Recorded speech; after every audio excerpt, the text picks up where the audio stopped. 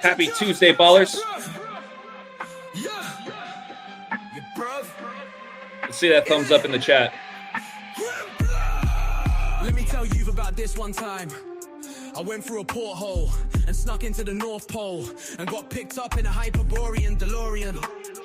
They said they knew I was a Webster Merriam historian, mastered a numerical Gregorian, the hysterical mystic, no more than a Pythagorean. Conspiracy theory Ethereum in the etheric fear realm. I thought they were gonna take me to the crematorium in their Hyperborean DeLorean. Tested me on my Sumerian, Shakespearean, knew I was a numerical vegetarian, Aquarian, that I knew about the Tartarians, barbarians, Mars radium, aliens. Salt of the earth, solution Selenian. Spent the night in a Hyperborean chamber. Apache likes it. Hell yeah. Good evening, Susan. Enthused. All cause I got picked up in the Hyperborean DeLorean. Introducing.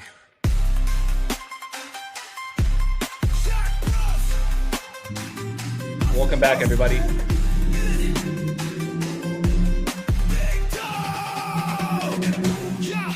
All love. Jack Ruff. Yeah. Invisible diamond minerals, crystalline and swimming pools, interdimensional realms of scrapping Catherine, Bahamas, Azores, Atlantis shores, mountains, temples, marble floors, seafloors, treasure and cities lost. Yeah, bruv, in it. Oh, sphinxes, pyramids and minotaurs, fruit grown in grove, luxuriant. In it. Inhabitants intelligent, closest seen to perfection. The whole experience, heaven to them, polar aurora, horizon beyond them.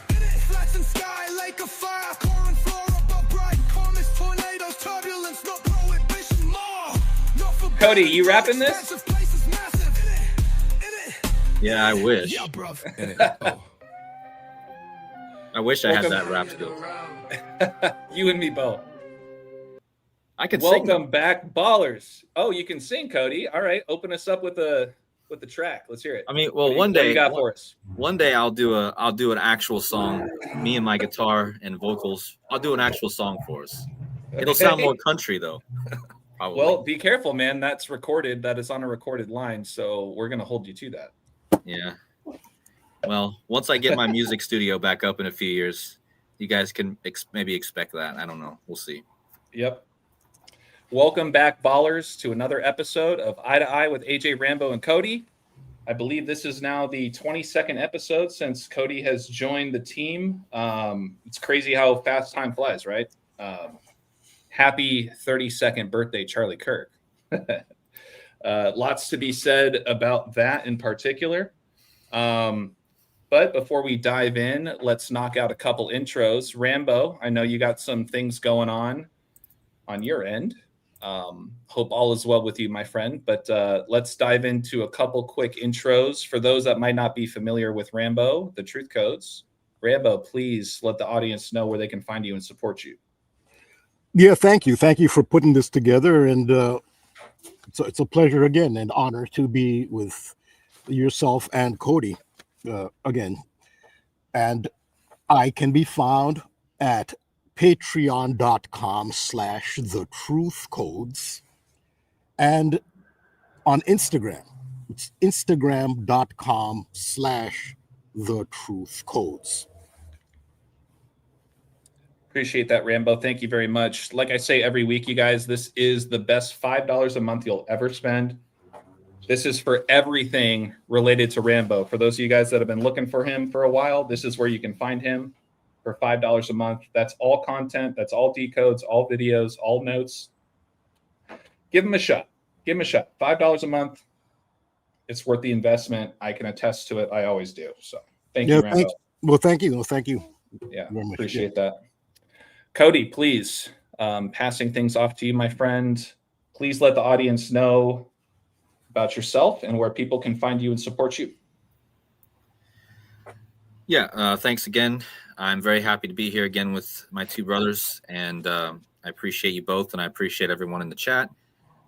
First off, if you guys want to find me, You can find me on my YouTube channel at Decoding with Cody, which a lot of you are watching right now. So that's not hard. But also, don't forget to go subscribe to AJ's channel, where we're also streaming this, Balll Don't Lie. And then also, you can find me on my donation link is www.buymeacoffee.com/decodingwithcody. And yeah, I look forward to more amazing info in this stream. I appreciate that, Cody. Thank you very much. Sorry, guys, I spilled on my table, so I'm doing a little cleaning Sounds up like here. somebody's doing a burnout. Yeah, I think that's Rambo. Rambo, would you mind just letting the audience know what you're up to right now? All right, yeah. So yeah, I'm gonna have to. I didn't even know you guys could hear that. All right, so I have to explain. All right, I've had my power cut at home. No water, no electricity. It's not a blackout anywhere. It's just where I am. I know any people who follow my work, who follow me, they understand the situation is I'm in. I'm in a situation. Energy weapons. You know, it's interesting too. They cut the electricity, but the EMF weapons that they fire at me, those continued. Like those don't stop. When the electricity goes off, those continue. Just that. So anyway, just to give you an idea of so what I did was I had to go somewhere to get Wi-Fi, public Wi-Fi, in order to do this stream. And all right, I'll come off screen to give you an idea. So this is where I am. This is why you're hearing that sound. This is where I'm doing the show from, to give you an idea. You kind of look like a traffic worker. Is that like a lime green vest or something you're wearing? No, it's not a vest. It's a jacket. No, it looks good though. It looks fresh. Yeah, it looks Yeah. Thanks. Yeah, it's I don't. Yeah. Thanks. I appreciate it. Yeah. So yeah, that's the situation. You'll be hearing some things, and this is where I am at 10:30 at night, and it's an emergency situation. No power or water at home. Hopefully, it'll be there when I get back.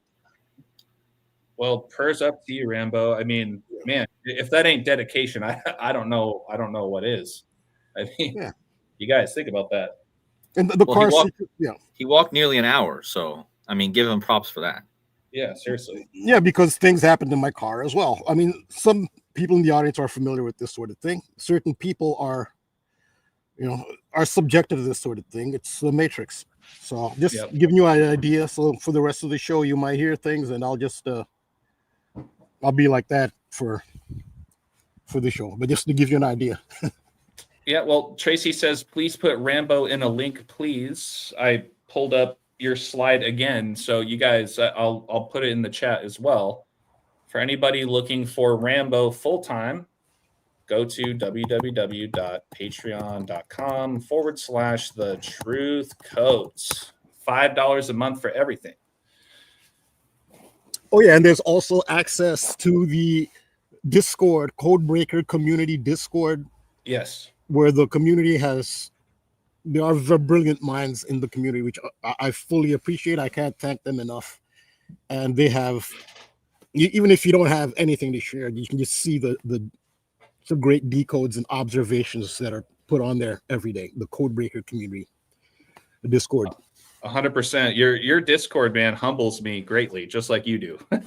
Where, I go in there and I learn something new within seconds, just opening it up, so. Yeah, thanks. Yes, thank you very much. There's some brilliant minds. I appreciate them 100%. Yeah, you have a phenomenal community, just like we do here. Thank you guys all for tuning in. Just once again, just letting you guys know, $5 a month, $60 for the entire freaking year, you guys. It's a no-brainer. So, all right. I guess myself, AJ, Balll Don't Lie, 3 L's in Ball. I included a screenshot here of my 10 books that I've written throughout the last 5 years. I'm working on my 11th, which I just realized is hilarious because the 11th book will be about Charlie Kirk, where he died at age 31, the 11th prime. So I don't know. At this time in my life and what's going on, I feel like it was in the stars all along that would be the next one to add. But I sell these books on Patreon. You guys can go to patreon.com/onthemoneyball to purchase those. That's also where you can find my sports picks and notes and things for those interested in the world of sports gambling, etc. It's never used to promote sports gambling, but there are people out there that do appreciate the work and the insight before game time, and people take advantage. The latest example being tonight, congrats to the winners, the Washington Capitals. These are screenshots directly from my Patreon and Winnable pages. Just showing it's as simple as this, you guys. Once again, happy birthday, Charlie Kirk. Happy 32nd birthday. You guys have seen for quite a while now how much these 31s have been rolling around with the Cubs, with the Blackhawks, with just other teams unrelated to Charlie Kirk. And of course, the Capitals. We're sitting at 2-1 on the season. And all I pointed out was, oh, wouldn't that be fitting for the Capitals to improve to 3-1 on Charlie Kirk's birthday? And sure enough, that's exactly what happened. Don't forget that USA equals 41, the 13th prime. And that matters because with a loss, the Lightning dropped to 1-3. For a Trump connection, and this is where I'm going to pass things off to Cody in a second, just notice that with the win tonight, the Washington Capitals picked up their 88th all-time win against the Lightning. Trump equals 88. The shooting with Charlie Kirk happened exactly 88 days after Trump's birthday. And they stayed on 38 all-time losses against the Lightning. Well, Florida, I apologize for the missed screenshot here, but Florida equals 38, just like murder. Okay? I don't know why I got that 43 in there. That was a brain fart for sure. But check this out. The final score, really, the Capitals not only improved to 3-1 on Charlie Kirk's birthday, who died at age 31, but they win 3-2 on Charlie Kirk's 32nd birthday, where America equals 32. That's all I'm going to say, you guys. Shout out to Joseph. Yeah, you're the man, dude. Yeah, the lightning bolt on the 10th. Exactly. That's why the Oklahoma City Thunder won the NBA Finals earlier this year. So, yeah, Marty, come on, man. Come on, man. So, yeah, that's what I have for you guys to kind of kick off tonight. Happy birthday, Charlie Kirk. But Cody, you were sharing some really interesting things about the 88s and Trump and whatnot. So I thought I would pass things off to you to just further add to this particular piece before we move on.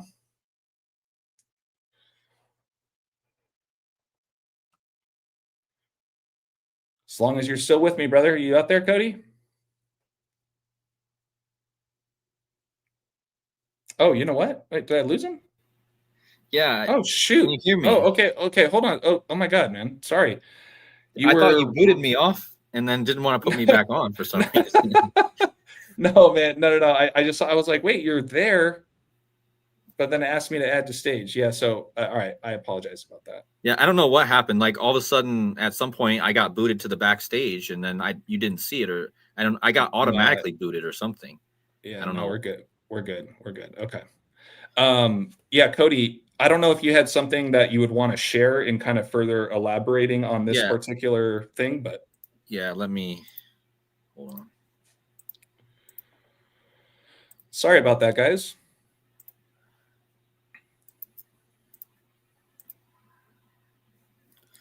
All right, there he is. All right, so this actually goes perfectly with what he just shared with that Washington Capitals winning today against the Lightning Bolt team. Well, from Florida, and don't forget Trump and his connections to Florida. Right. But yeah, so today, with the big news story today was Charlie Kirk receives the Presidential Medal of Freedom. Well, actually, his wife is the one who really received it. But he gets the actual honor on his birthday. How about that? And it's the Medal of Freedom, right? And what shirt was he wearing when he got? I mean, this is just, cannot people really not see this? Like, he was wearing a freedom shirt. And it just so happens that perfectly that he's getting the Medal of Freedom on his first death, the birthday when he's supposedly after his death, his first birthday. And I pointed out that freedom equals 66 and 123 and 30, that big 33. But yeah, equals 66 123, like Charles, that's his real name. 66 123. And yeah, he gets the Presidential Medal of Freedom on his 32nd birthday, like AJ said. America equals 32. Yeah, That's why Cooper Flag wears number 32 for Dallas, by the way. Just think about that. The flag 32, America. Right. Yeah. And Christ equals 32 in the same cipher as America, I believe. And he's being played off like a martyr, like Christ. So like turns 32. It's just ridiculous. And then like what you said with the Lightning Bolt team losing to the team from Washington. Well, as I had here, it's interesting because they have the lightning. You could say it's a lightning strike. Well, lightning strike equals 88. And, he had the lightning strike on his tent, the lightning bolt on his tent. And so lightning strike equals 88, like Turning Point USA in the same cipher equals 88. And today just happens to be 8,800 days. Yeah, that was the big one. That was the big one where you were like, well, yeah, it's exactly 8,800 days after 9/11. Oh, my God, dude. So, guys, this is like normally you'd be like, oh, maybe something big's going to happen on the 8,800 days after 9/11. But it seems like this Charlie Kirk thing happened when it did for a reason so that he could be getting this Freedom Award on this day, 8,800 days after 9/11. Like 88 miles an hour. And let's not overlook the record of the Lightning Bolt team. They fell to 1, 2, and 1, like 121. Well, that's the amount of gigawatts it takes to time travel. Gigawatts is 121. The lightning strike in the Back to the Future, you must travel 88 miles an hour. Here we are 8,800 days after 9/11. The lightning strike team loses and they become 121. That's the gigawatts. Right. Well, and to Joseph's point, and like you said, Revelation equals 121. So does Antichrist. Let's not forget that 121 is the product of 11 times 11, and the capitals improved to 3 and 1, 31, the 11th prime. Right. So, and then you're tying it back to 9/11, the 11th day of the 9th month. So, yeah, exactly. Mr. S just pointed out 11 times 11 equals 121. Capitals improved to 3 and 1, the 11th prime, right? Yep. And let's not overlook that this was 8 days before Mr. Christopher Lloyd starts his 88th year of life. Oh my God. Okay, so 8,800 days after 9/11, 8 days before he turns 87. When you turn 87, you're starting your 88th year of life. So Christopher Lloyd, he's going to be starting his 88-year life. So if there was ever a year for things to be interesting, it would be when he starts his. Now, it could wait another year when he actually turns 88 fully, but you can say that he's starting his 88th year of life. So I think that's important. I think it's all about the eights. We know that Jesus Christ in Greek equals 888. Time traveler equals 888. Donald J. Trump, 888. Just a huge number in general. But that's why I think it's all about the eights today. Well, Cody, John Hugh, 83, he's asking, what the hell is a gigawatt? Well, whatever that means in the movie. Oh, I forgot that gigawatt equals. Oh my God. I forgot that. Okay. So there, if you guys are confused now, I mean, 121, the lightning became 1, 2, and 1. Gigawatt equals 88, 8,800 days after 9/11. Okay. Yeah. And it equals 47, like Trump. Yep. Equals 88 and 47. And well, it equals 34, just like how it was 34 days. He died 34 days before his birthday. Yeah. And the 128, well, an hour and 28 minutes on the clock is 88 minutes. So there's even a connection there. 1 hour and 28 minutes is 88 minutes. Yep. So don't forget the bridge collapse thing was all about the 128 back when that happened. So yeah, I mean that's the big thing I'm seeing for today's big ritual with. And don't forget, Erica Kirk was born in 88. I forgot that part. So the course. one who's born in 88 is the one who's receiving the medal, of course. Yep. Right. So there's more evidence that it's about the 88 because she's the one receiving it. So yeah, no kidding. I don't know if Rambo has anything to add, but I think that's all I got on that piece because I'm sure there's more, but that's the gist of it. Yeah, I was meaning to ask Rambo, is there anything with kind of what we chopped up on that you wanted to add or include? Yes.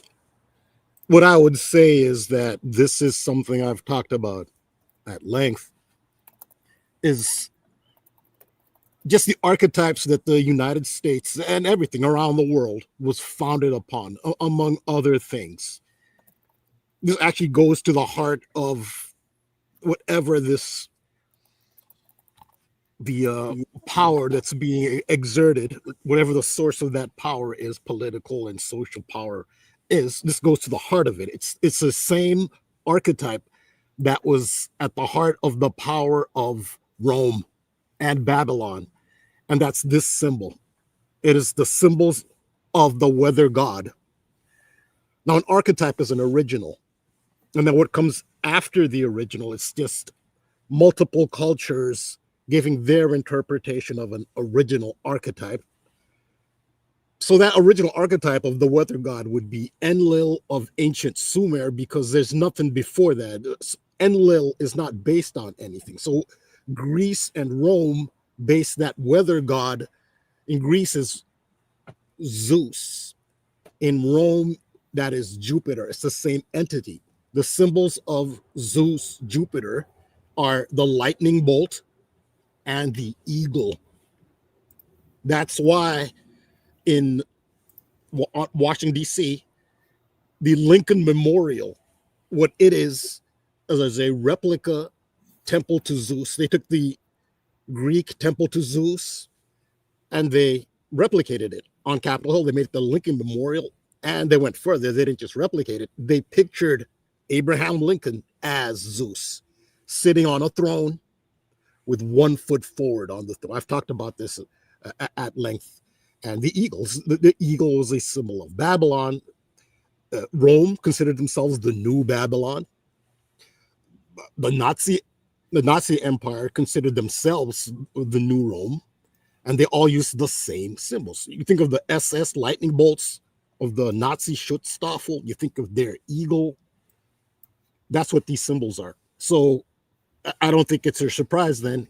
So what this is it's a Jupiter. And now the eagle is not all negative authoritarian. I mean, symbols have a positive and negative. So yes, it can be the symbol of authoritarianism. The positive symbol of an eagle, which represents Jupiter, the planet Jupiter in astrology represents expansion and freedom. Now, if somebody wants to invoke freedom, they would want to invoke Jupiter. I mean, there's a positive and negative to anything.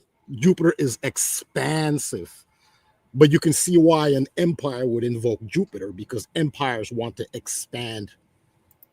And so that's what this is. This was from what I can see, a Jupiter ritual, and Jupiter being at the heart of power since ancient times. It's Washington, D.C., which is a capital of the eagle, and against the lightning bolt team, clearly. And there's a medal of freedom. And what is symbolized freedom? It didn't start with the United States. The eagle represents freedom.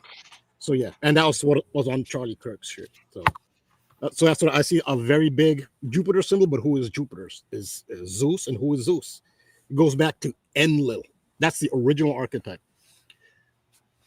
Yeah, let's leave it at that. Oh yeah, that's another thing too. The orbital cycle of Jupiter. They say it's 12 years rounded off. It's 11.9 years. That's the orbital period. There's one rotation of the planet Jupiter. That's where you get your 119. And I've said how Nazis, they venerate 119, but they got it from Babylon. Babylon destroyed the temple, they say, on the 9th day of the 11th month, Tisha B'Av. And then Rome destroyed the second temple on that day in the Hebrew calendar, 119. That's what 9/11 was all about. What was Building 7? It was the Salomon Brothers building. Salomon is Solomon in Latin. They chose 119, twin pillars. That's the architectural feature of Solomon's temple, the twin pillars. So it's the destruction of the temple on 119. The Nazis took that because they're Babylon, they're Rome, they're the new iteration. They chose 119, the 9th day of the 11th month, for their coup attempt in 1923.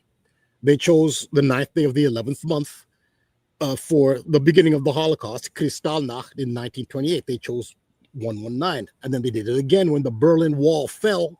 They put their signature on it.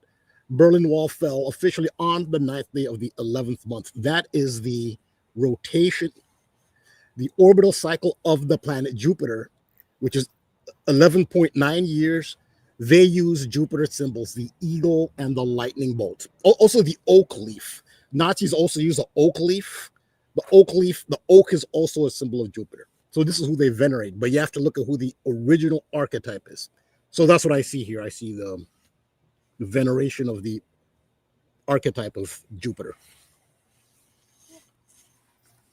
Yeah, that lightning thing did stand out to me. Shout out to Joseph once again for just pointing out that obvious one, because I even pointed out kind of offline about, going back to Snake Eyes in the first opening minutes of that movie, right? The crooked cop, Nicolas Cage, he chases down one of his crooked criminals who he's paying to do dirty work. He chases him down an alleyway with a caged fence right behind him with the hazard lightning bolt symbolism right behind him. No one's talking about that either, but besides the point. So my thing with Snake Eyes, I saw a lot more Neptune symbolism. And when you see the clip of my latest Instagram post, I do kind of talk about the Neptune, because Neptune is the opposite. The original archetypes are Enlil and Enki. The brothers were half brothers who went to war. Enlil won, the weather god won. That is Jupiter versus Neptune. And Snake Eyes had a lot of Neptune symbolism. Yeah, apologies. Still working on cleaning up my mess over here. Yeah, no kidding. Cody, anything else on your end that you wanted to add to that with the whole, I don't know, Neptune? I think it's perfect. The Roman connection, the Nazi thing, that's where we left off last week. I have a lot to share about that. I found something absolutely incredible with what we were talking about last week with the Indiana Jones stuff and the Nazi theme there and Daniel Jones. And I found even more with Daniel Jones, which is just incredible. It's clear what they're going to do on 11/9, the Falcons versus the Colts in Germany. And it's completely tied to the last Indiana Jones movie, which was about an ancient Greek artifact created by Archimedes. So at least in the movie it was, but just I'm not going to get into that here, but yeah, I mean, just that Rambo brought up the Roman Empire too. Holy Roman Empire actually has a 4-cipher match mixed up with Turning Point USA. How about that? So Holy Roman Empire equals 187, 88, 74, 218, just like Turning Point USA. So coincidence? I think not. So yeah, that's a great find. Yeah, no kidding. So, I mean, if you want me to, if we're ready to share Rambo's thing right now, I can get that teed up. Because I know Rambo has a short clip for us.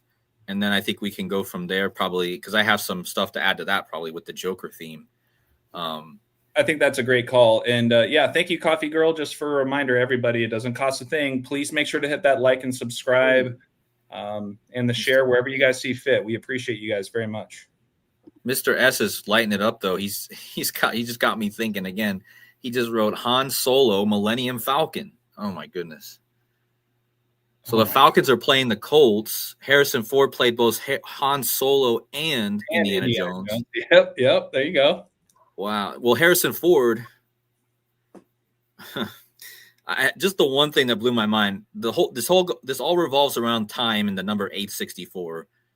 Harrison Ford, his birthday 7/13, which is the day of Trump's shooting. 864 is the 713th composite.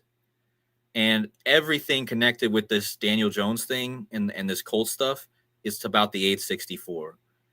And yeah, it's absolutely wild, really. But I'll get back to that in another time. But that's and shout out to sorry, I didn't mean to interrupt you, Codes. But shout out to Sunny D. The Mariners have that Trident home run celebration. Like that is a big thing that the Mariners do, where they hold up the Trident anytime. Essentially, like from what I've seen, anytime a player hits a home run and they get back into the dugout, they hand them a Trident, and then they're like marching down the dugout with a Trident. Yeah, and this ties into Back to the Future. They had the Enchantment Under the Sea dance. That's where Marty McFly played the Gibson guitar.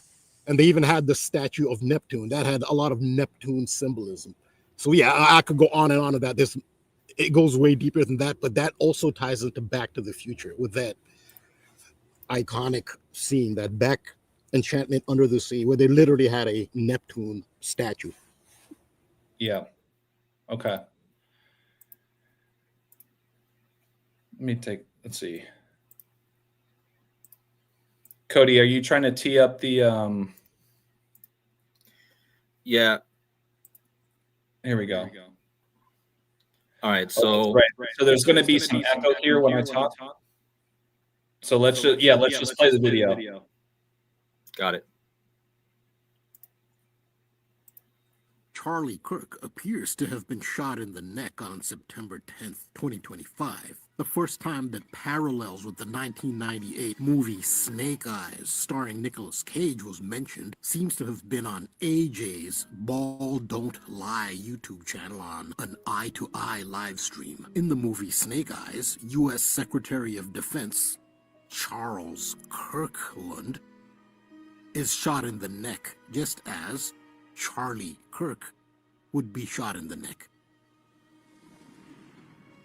I've been focusing on Ryan Wesley Ralph and his trial for the attempted assassination of Donald Trump in September of 2024. His trial took place during the Charlie Kirk shooting and its aftermath, so it received minimal publicity. But after the guilty verdict was handed down on September 23rd, 2025, Ralph allegedly attempted to stab himself in the neck.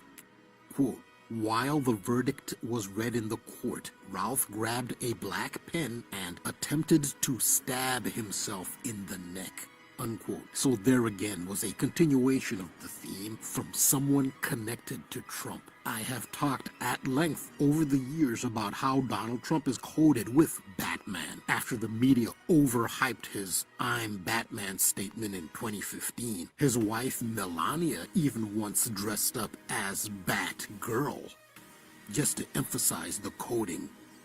Super huge shout out to Quantum Mania, who commented on September 7th's Eye to Eye on Balll Don't Lie's YouTube channel. She pointed out that in the 1989 Batman movie, the Joker kills a powerful mobster by stabbing him in the neck with a pen. That was after the rendering of a legal decision. This is the extent to which a good part of Donald Trump's life narrative is written by the same archetypes used by DC Comics. Signed it in his own blood. And he did it with this pen. Hello, Vinny. It's your Uncle Bingo. Time to pay the check.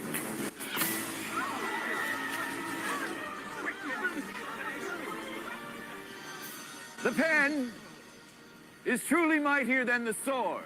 This is why they had Trump's would-be assassin try to stab himself in the neck with a pen. It was a Batman reference. Jack Nicholson played that Joker. The poster for Snake Eyes has the Joker colors, a purple and green motif. The star character of Snake Eyes, played by Nicolas Cage, is from Neptune City, New Jersey.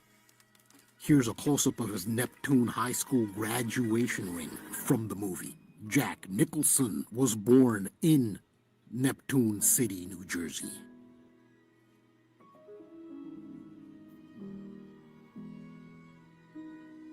In the tarot tradition, the card that represents the planet Neptune is the Hanged Man.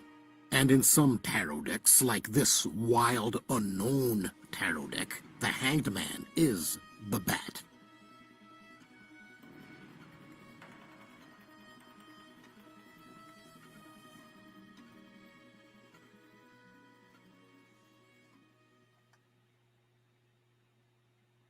Charlie.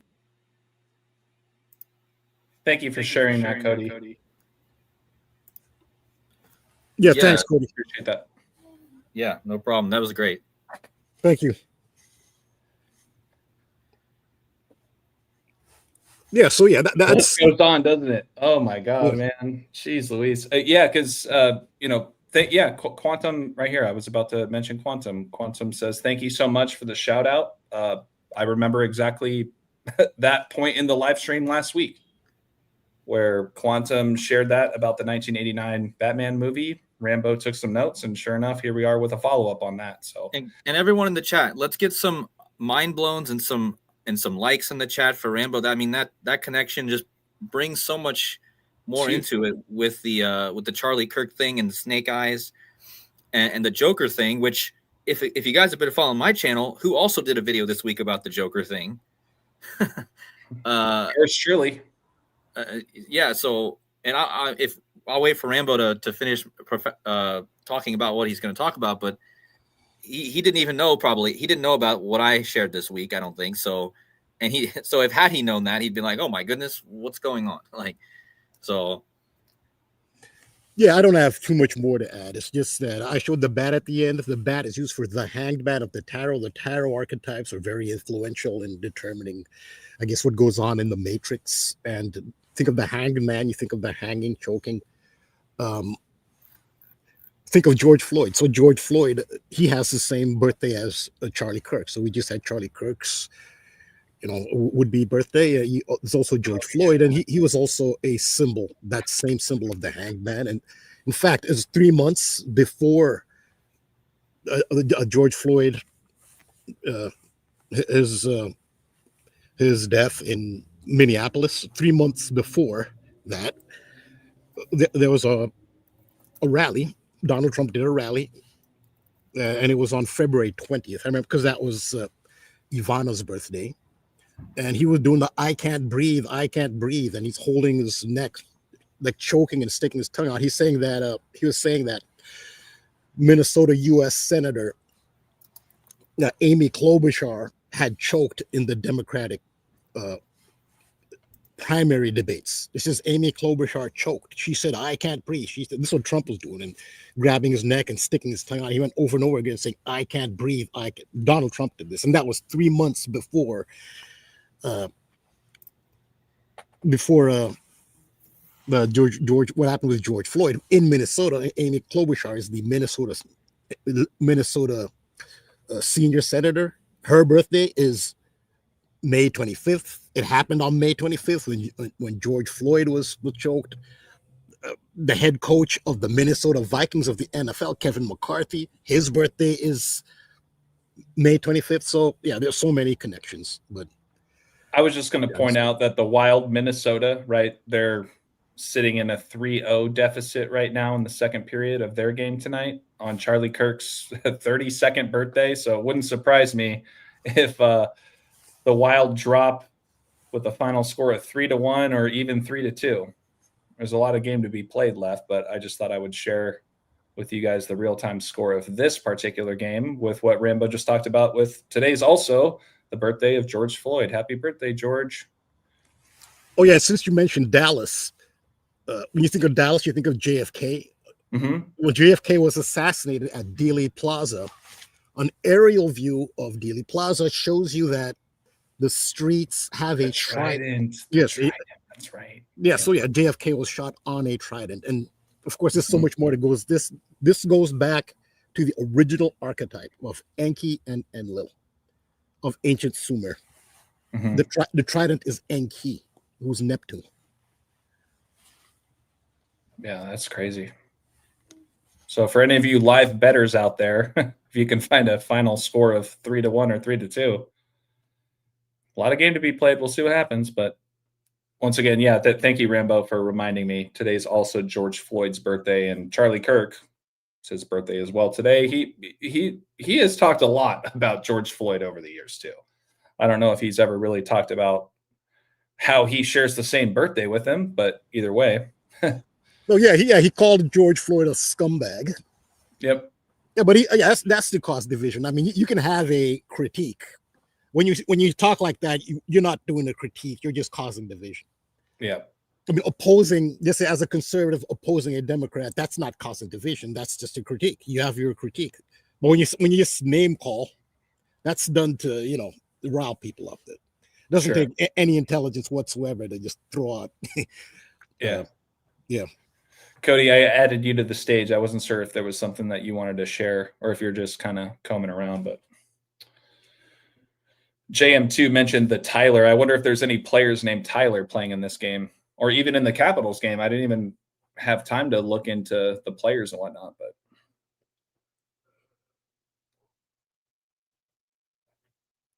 Cody, you might be muted. I don't see the mute icon on, but can't hear you, brother. Yeah, I was muted. There you are. I was muted. All right, so this is to add on to what, again, let me reiterate, guys. Rambo did not know that this song that I covered this week, the Joker song, was released. He didn't know. And so he just brought in the 1989 movie where Jack Nicholson plays the Joker. Well, in that movie, Jack Nicholson's line is "Dance with the devil in the pale moonlight." Okay, well, this song that just came out on October 9th, Yale's birthday. And remember, Batman's grandfather's in the history, he was the one who supposedly founded Skull and Bones, and that's Yale University is where Skull and Bones is located. And again, if you guys saw my video from a few days ago on this, you guys know I was talking about the Golden Gate Bridge. Well, yeah, there's that connection, but Rambo literally just brought in this Joker theme.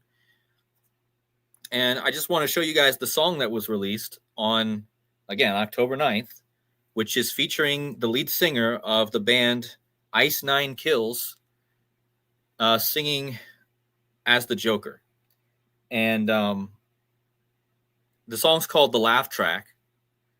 But I want you to notice what the lyrics say right down there at the bottom. Let me try to make this so you guys can see it better. I'll just take away these lyrics for now so I can make it bigger. But notice the lyric. People of Gotham, let me be clear. In the dark of the night, it's the bat you should fear. I have only one question before we ignite. Will you dance with the devil in the pale moonlight? So that line is taken directly from Jack Nicholson's line in the movie that Rambo just quoted, where he stabs the guy in the neck. And in this video, they are creating riots. The Joker is starting riots in the streets of Gotham. And you guys can see that the lyrics of the song says that God can't save us. That's kind of like the main theme.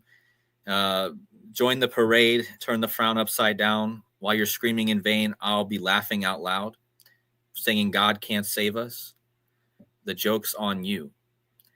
But yeah, like, how crazy is that? That even the song that I just covered, the line they use in the song comes directly from the same movie that Rambo just showed in the video he just made for us. So I would imagine that most of you guys have seen the video, but Rambo, if you haven't seen this, I would say you should check it out.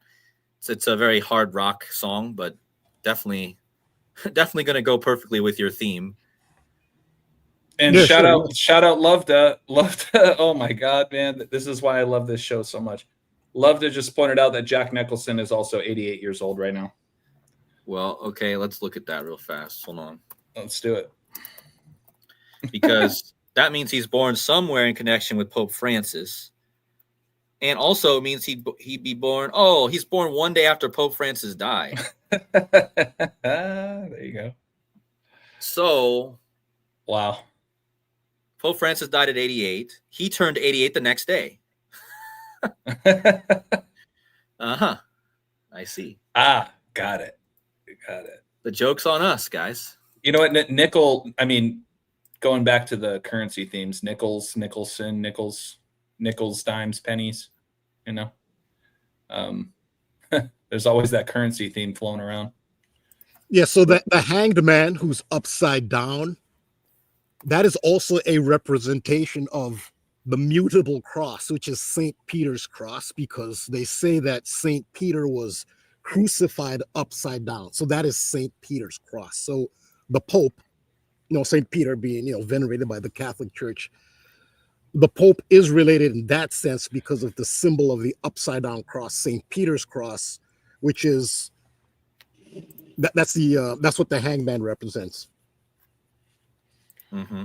And that's what the bat is. The bat is the hangman. So the bat, St. Peter's cross, the hangman all represent the same thing. So, yeah, I think I just want to do a date duration here. So he was born in Okay, so this makes it even more interesting. He was born in 1937, the year the Golden Gate Bridge opened. Let's see. And again, if you guys are wondering why I'm talking about the Golden Gate Bridge, well, look at this. And this is for RAMBO, and you guys haven't seen it, but look how clearly this is tied to the Super Bowl and the Golden Gate Bridge. So this release was on Yale's birthday, right? October 9th. And that date falls 135 days after the bridge anniversary opening, which is the title of the song. The laugh track equals 135, like Golden Gate Bridge. And it falls 122 days before the Super Bowl, which has the logo with the bridge. And that's the name of the band. The band's name is Ice Nine Kills, which equals 122, like San Francisco. Ice Nine Kills is a 3-cipher match with San Francisco and Skull and Bones. And this happened on the kill date, just like Charlie's shooting was on the kill date. But look at this. This happened on Thursday Night Football, which featured the team from New Jersey versus the Eagles. And they were the Super Bowl champions last year. But look at the gematria of Thursday Night Football, 257. Like the song Ice Nine Kills, the laugh track equals 257. Like Golden Gate Bridge, San Francisco equals 257. Like Super Bowl champions equals 257. And on this day, and you're going to like this one, RAMBO, this actually brings in Saturn to this a bit. So look how old the Golden Gate Bridge was on the day of this song release. It was 88 years, 135 days. The Golden Gate Bridge opened on numerology of 88, and Golden Gate Bridge equals 135. But this date duration just happens to be exactly 3 Saturnian years. Exactly, right, Cody? Like on exactly. the nose, like not 1 day to spare. Yeah, that's bigger than people realize. It's exactly 3 Saturnian years for the Golden Gate Bridge. That's big. And the fact that they align this song, I mean, how can anyone even argue what I showed here? Like, look at that. That is the exact gematria. I'm not even using the others. I'm using the basic English cipher, 135, 122. These are the two gematrias of Golden Gate Bridge in San Francisco. And it's the song, and the song absolutely matches it. Like, that's what's crazy is the band and the song actually matches those two things. And then the dates and then imagine my shock when I looked and did a date duration to the Golden Gate Bridge opening and then to the Super Bowl, and it was those two numbers. Like, this is absolutely ridiculous, which proves that this is about the Golden Gate Bridge. And I don't know how the Golden Gate Bridge might tie to all the stuff we're talking about, Neptune, the Joker. There's something more there, I'm sure, that we're missing because, like, the Golden Gate Bridge is such a big thing, which is why I'm always measuring to it. It's always such. So back to Jack Nicholson, the guy in this song quotes him from his movie. And Jack Nicholson was born the year the Golden Gate Bridge opened, 4/22/1937. Let's see how many days.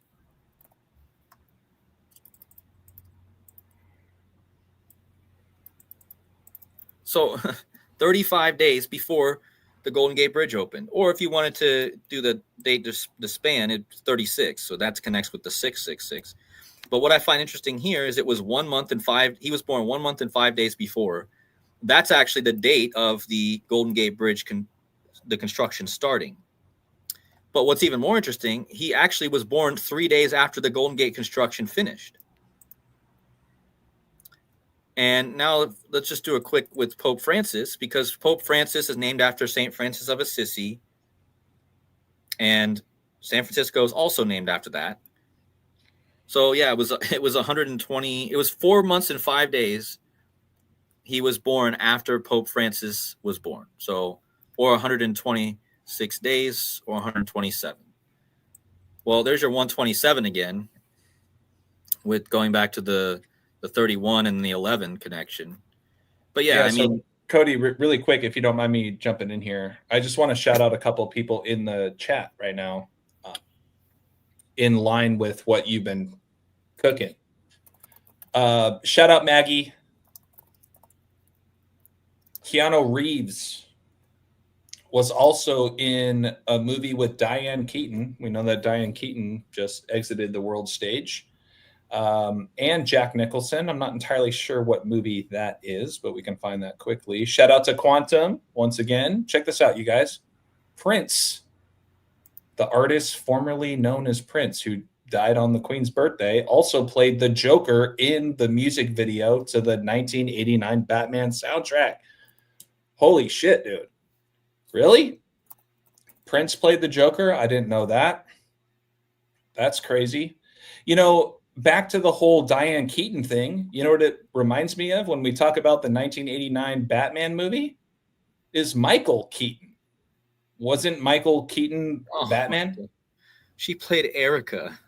Oh, jeez. She played Erica in this movie. Diane Keaton played Erica. Of course she did. Yeah. So sorry, I don't want to really scramble your brain. I do want to add some of these contributions in the chat because this is great stuff. But like Diane Keaton, Michael Keaton, like they're not related. They're not married. They were never romantically involved, etc. But I do think it's interesting that we're talking about this 1989 movie where Michael Keaton was Batman, and then now Diane Keaton died, 2 days ago? Something like that. So there's just a weird coinky dink going on with that. Yeah, I mean, she played Erica, so there's definitely going to be something here. Mr. S said, wow, Maggie, Diane was 79 years old when she died, like 79, like AG gold. I'm not entirely sure what you mean by that, Mr. S, but I don't know what I don't know. So gold is the 79th element. That's what he means, I think. Oh, okay. Trump is 79, right? Yep. Sunny D says Trump is 79. Shout out Joseph once again. Jack Nicholson born on the 112th day of the year. Kirk died 112 days remaining. Okay. I'm just kind of combing through a couple different things because a lot of spinning plates right now. I'm just looking at the date duration between that movie and her death just to see if there's anything there. Would she die on the 10th or when she die? Let me check.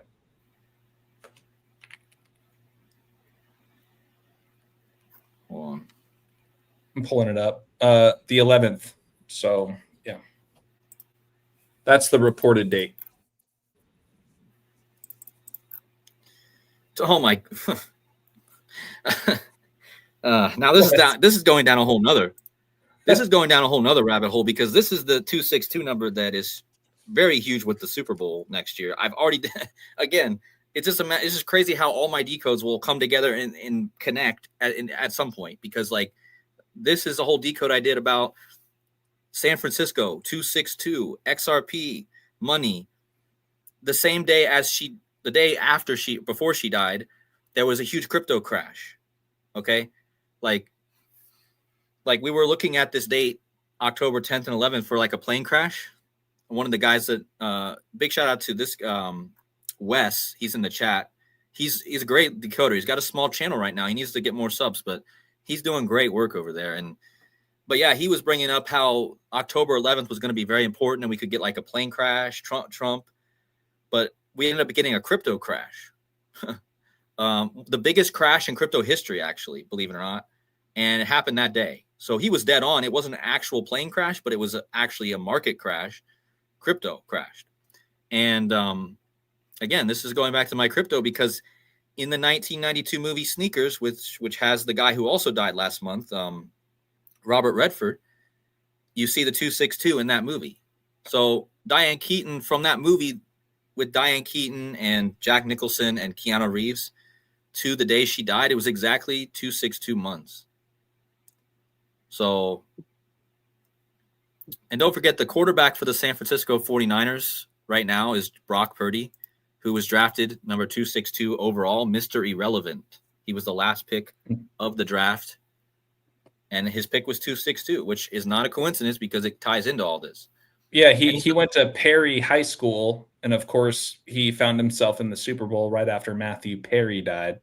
That was a big part in my book about that particular timeline. But hey, really quick, Sally, thank you so much. Like, some people, that have followed me long enough, they still remember the heart themes and the love themes. I haven't been on that recently, but it doesn't mean it's dead and buried.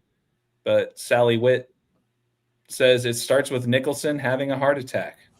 It's There's witty. your heart, AJ. Witty. Sorry, excuse me. Yeah. I can never pronounce anything correctly, like when we're live, apparently. But but there's your heart, AJ. Nicholson having a heart attack. Yeah, didn't he go to the hospital like today or something? This is so bizarre, you guys. Like, Nicholson's now in the hospital as we're talking about a movie from 1989. Is he in the hospital? I think so. I could stand corrected on that, but I'm pretty sure I saw something about Jack Nicholson today. Jack Nicholson hospital. Let's not forget him in Jesus, what is this movie? Something's Gotta Give, and then what's the one where he's insane? The Bucket List. One flew over the cuckoo's nest. Yes, yeah, The Cuckoo's Nest. That's right. The Shining he was also in. Yeah. Oh, okay. All right. I stand corrected, I guess. Jack is live and well. Yeah, but we should probably be watching for him a bit because Good point. might be some. I mean, we're also watching for Jimmy Page tomorrow. There's a very interesting riddle that Wes has been showing with Jimmy Page, and it's actually pretty strong for tomorrow, or at least sometime soon, because there's definitely something there. I'll tell you that. I'm not going to go all the numbers and stuff, but watch for Jimmy Page. Okay. We're still watching for Clint Eastwood as well. Yeah, before the Super Bowl. Yeah, because Clint Eastwood is still on my list, brother. Clint Eastwood is going to be the San Francisco connection with the Super Bowl. I guarantee it. I would not be surprised if he dies between now and the Super Bowl, or maybe just a bit after it. Maybe he ends up living to 100. I don't know, but I would also no one's gonna bat an eyelash when that day comes about Clint Eastwood. Let's be honest. I mean, he's what, 93 or something now?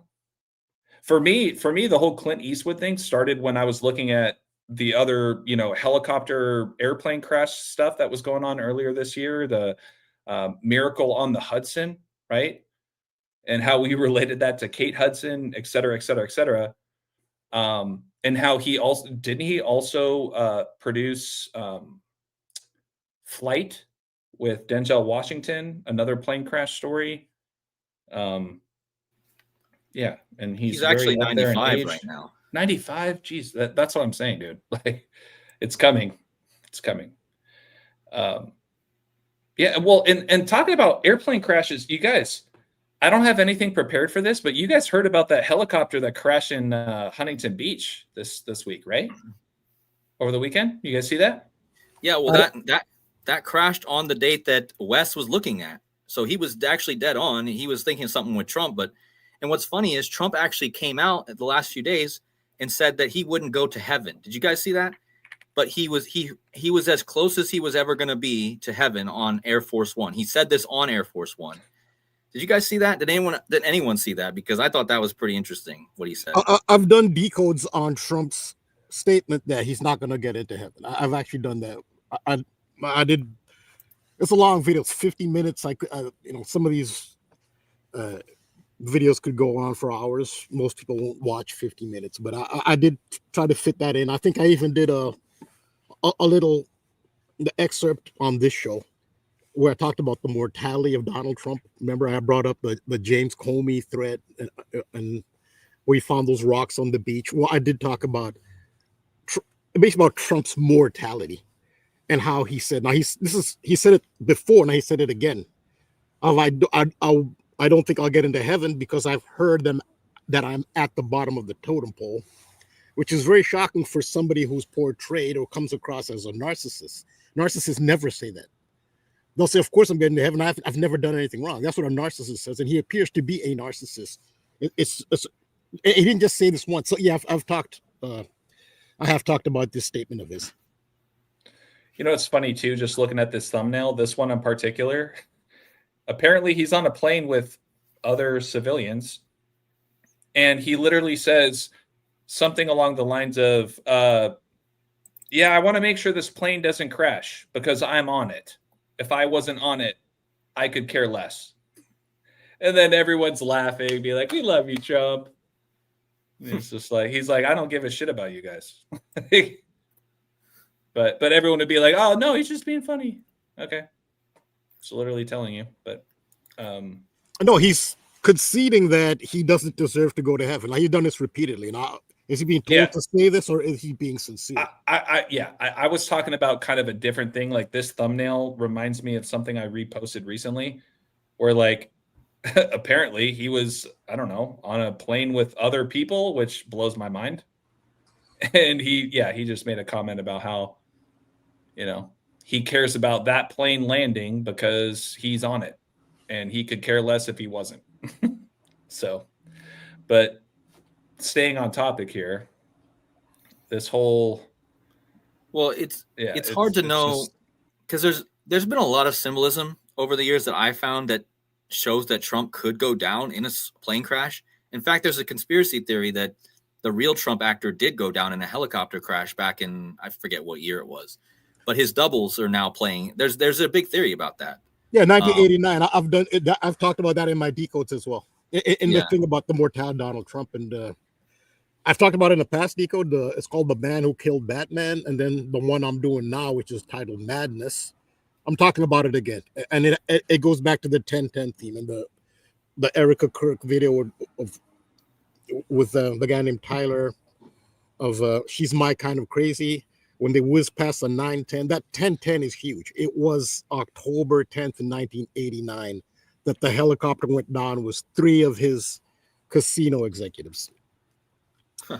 Yeah, I had no idea it was that date. That's crazy. It's 1010. Yeah, 1010 is huge, which I'm still doing a video on it, but I mean, I didn't have power. I mean, I need a computer laptop to make a video. That's why I'm where I am here. But I don't know, it takes a while, especially the way I do them. But if anyone wants to subscribe, they can see The Man Who Killed Batman. That's the title of the video I did. I talk about that, and I'll talk about it again in this one. It's all about the 1010 code. It goes back to Erica Kirk. And again, they were casino executives. Doesn't make you think of Snake Eyes, which is filmed in his casino. Yeah. Yeah. Well, Rambo, to your point, let's talk about that for a second, because you did a follow-up on this whole Erica Kirk, She's My Kind of Crazy music video. Shout out to Joseph. Shout out to Jurassic Liars for pointing out that whole extension to Snake Eyes. Like, that's another huge addition. I see Joseph in the chat here. Bones, the guy who owned the helicopter's name equals helicopter in 3 out of 4 ciphers. Beautiful. We got to talk about this for a second, because Rambo, you were talking about how, yeah, everyone's focused on the 910, which is very important in that video, obviously, but it's also the 1010 that comes before it, right? And you were pointing this out before 1010 rolled around, which was just a couple days ago. And believe it, like, this blows my mind. Now she's up to 671 posts. So she did, like, I don't know, 5 posts in one day, apparently, to maybe bury her 666th post on Instagram. But those of us that have been keeping an eye on it, we know which one it is. But Rambo, yeah, I mean, the gist of it is, of course, the 666 post came down from Erica Kirk on 10, 10. Satan equals 10, God equals 10. And I'll leave it there. I know there were some other things you wanted to add to it, but it was this video right here, the one of Charlie Kirk wearing his MAGA hat and Erica wearing her MAGA hat right here. Literally, this is the thumbnail. This is the 666 post right here. For whatever reason, like when I try to play it, like it shows. This is why I was asking you, KODI, to play it on your laptop, because for some reason it won't blow it up. But I just wanted to talk about that for a quick second. Like Erica Kirk just hit her 666 post on 10/10, and it's a video, and there's multiple clips of both of them wearing MAGA hats, hugging each other, all that kind of stuff. But it's pretty much that simple. Satan and God both equal 10. The 666 post on 10/10. Boom. Was there anything else you wanted to add on that, Rambo? Yeah, I've talked a lot about 10/10. I actually, I guess I could do a screen share here. So can I? Yeah. Oh, okay. Here you are. Yeah. I'm just waiting for the request.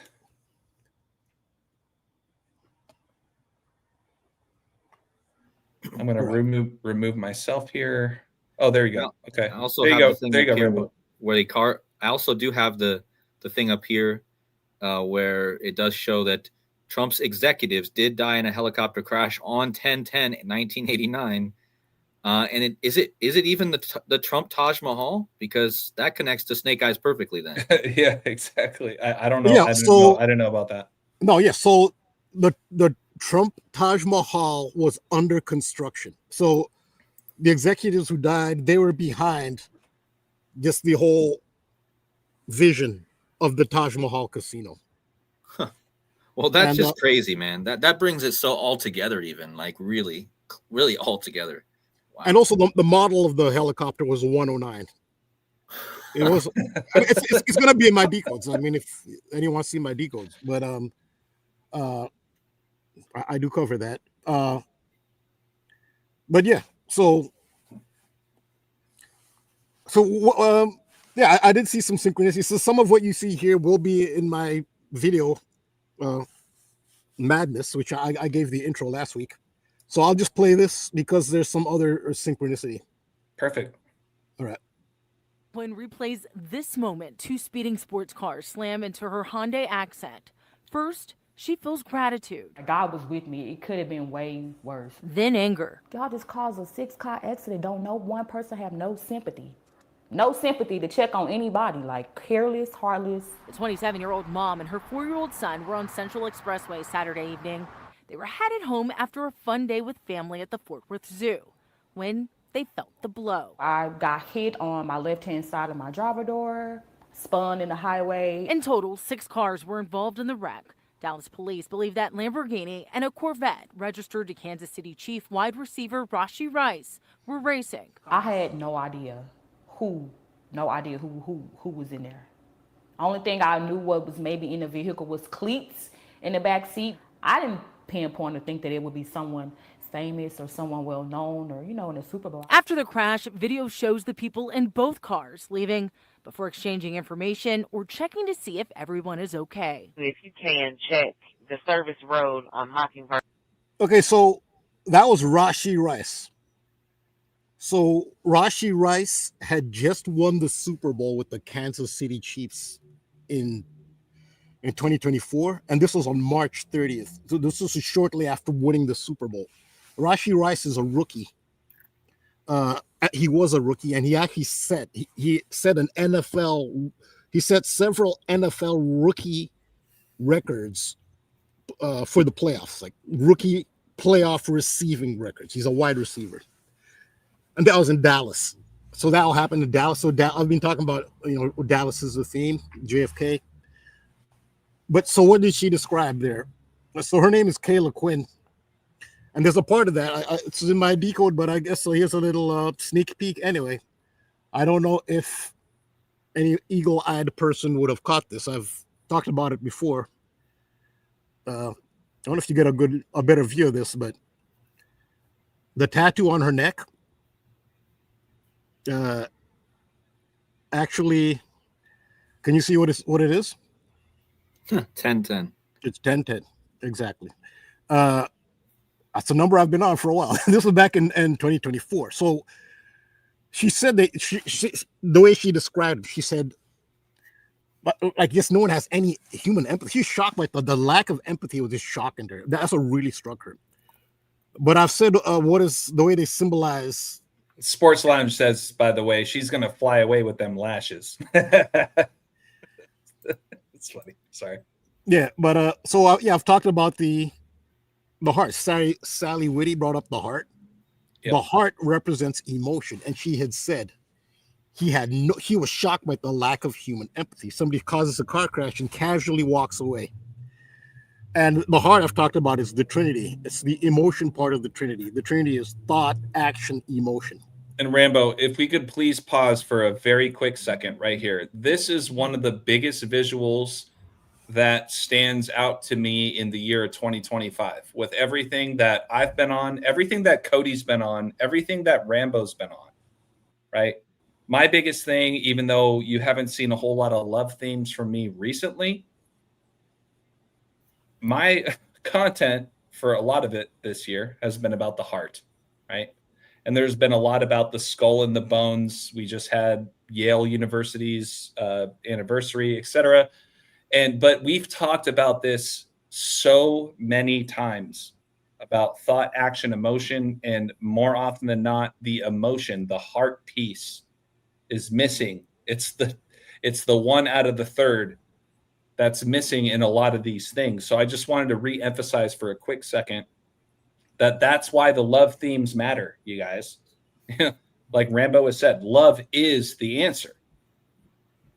And not, puppy love, not any of that stuff. It goes way beyond that. I just wanted to take a quick second for people to really see this image, because this to me, Rambo, like with you continuing to teach me about this and all of your followers, etc., this is a really important slide. So what the true love is the highest vibration in existence. There's simply no higher vibration than pure unconditional love. Now, let's be realistic. In this realm, can you really love someone unconditionally? It's not realistically possible. But you're in the realm of ego, the material world, the 3D realm. And Cody, he did some videos where he talked about the 3D realm and how it doesn't have substance. Yeah, this is the realm of ego. Right. This is the realm of ego. When you go to a higher dimension, which is when you leave your 3D body, which your 3D body is not the real you if you're attached to it. And how can you not be attached to it? But that effort of detaching, they talk about ego death. That's what an ego death is, which is a very difficult thing to do. When you die, it happens automatically. You leave to another dimension. The challenge is to, while you're here in the ego realm, if you can actually detach from the realm, see through the matrix.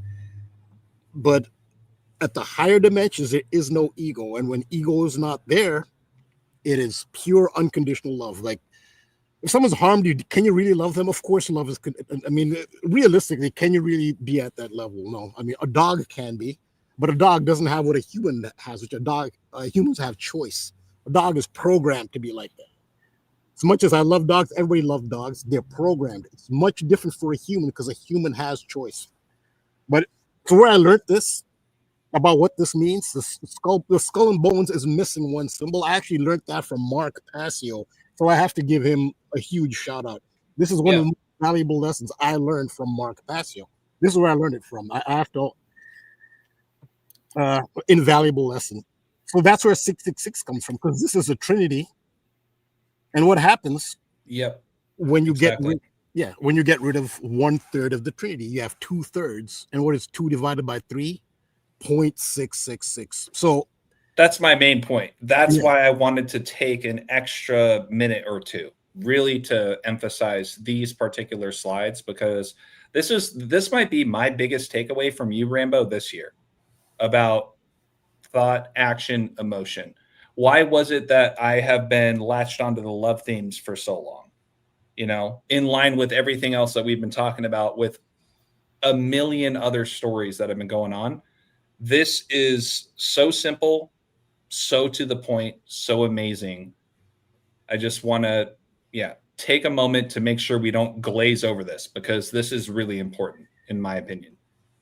Yeah, thank you. Just like I learned from someone and I, teach somebody else, and hopefully it is a very core and important symbol. It's also important to understand when you see skull and bones, there's a symbol that's missing, and that you're seeing 2/3 of a trinity, which is 0.666. So Rambo, not trying to put you on the spot, but I did see that Mojave Pocahontas here asked, the love of what? I don't know what you mean. Well, I don't necessarily know. I think, in other words, like, can you elaborate maybe a little bit about your interpretation of emotion / love? Obviously, it's being taken out of the equation in a lot of instances. But, I would say, Kodi, you could probably back me up here. It's about that agape love. It's not about it's puppy love. It's not about, ooh, oh my God, she's so cute. He's so cute. I love him. Well, it goes farther than that even too, because this is what I think. I've actually become a bit of a less emotional person over the year. Most people in society are too emotional, in my opinion. People are too emotional, and their ego rules their emotions. Though it's that there's, again, love, in my opinion, is being true to the truth of everything and having true vision of what the world should be like. And if we really have true vision of what the world should be like, it shouldn't be the way it is at all. Society should not exist the way it should. Society, why do you think they call it romance? Roman Empire, romance. They proliferate this into society because they want people to be emotional and act on their emotions.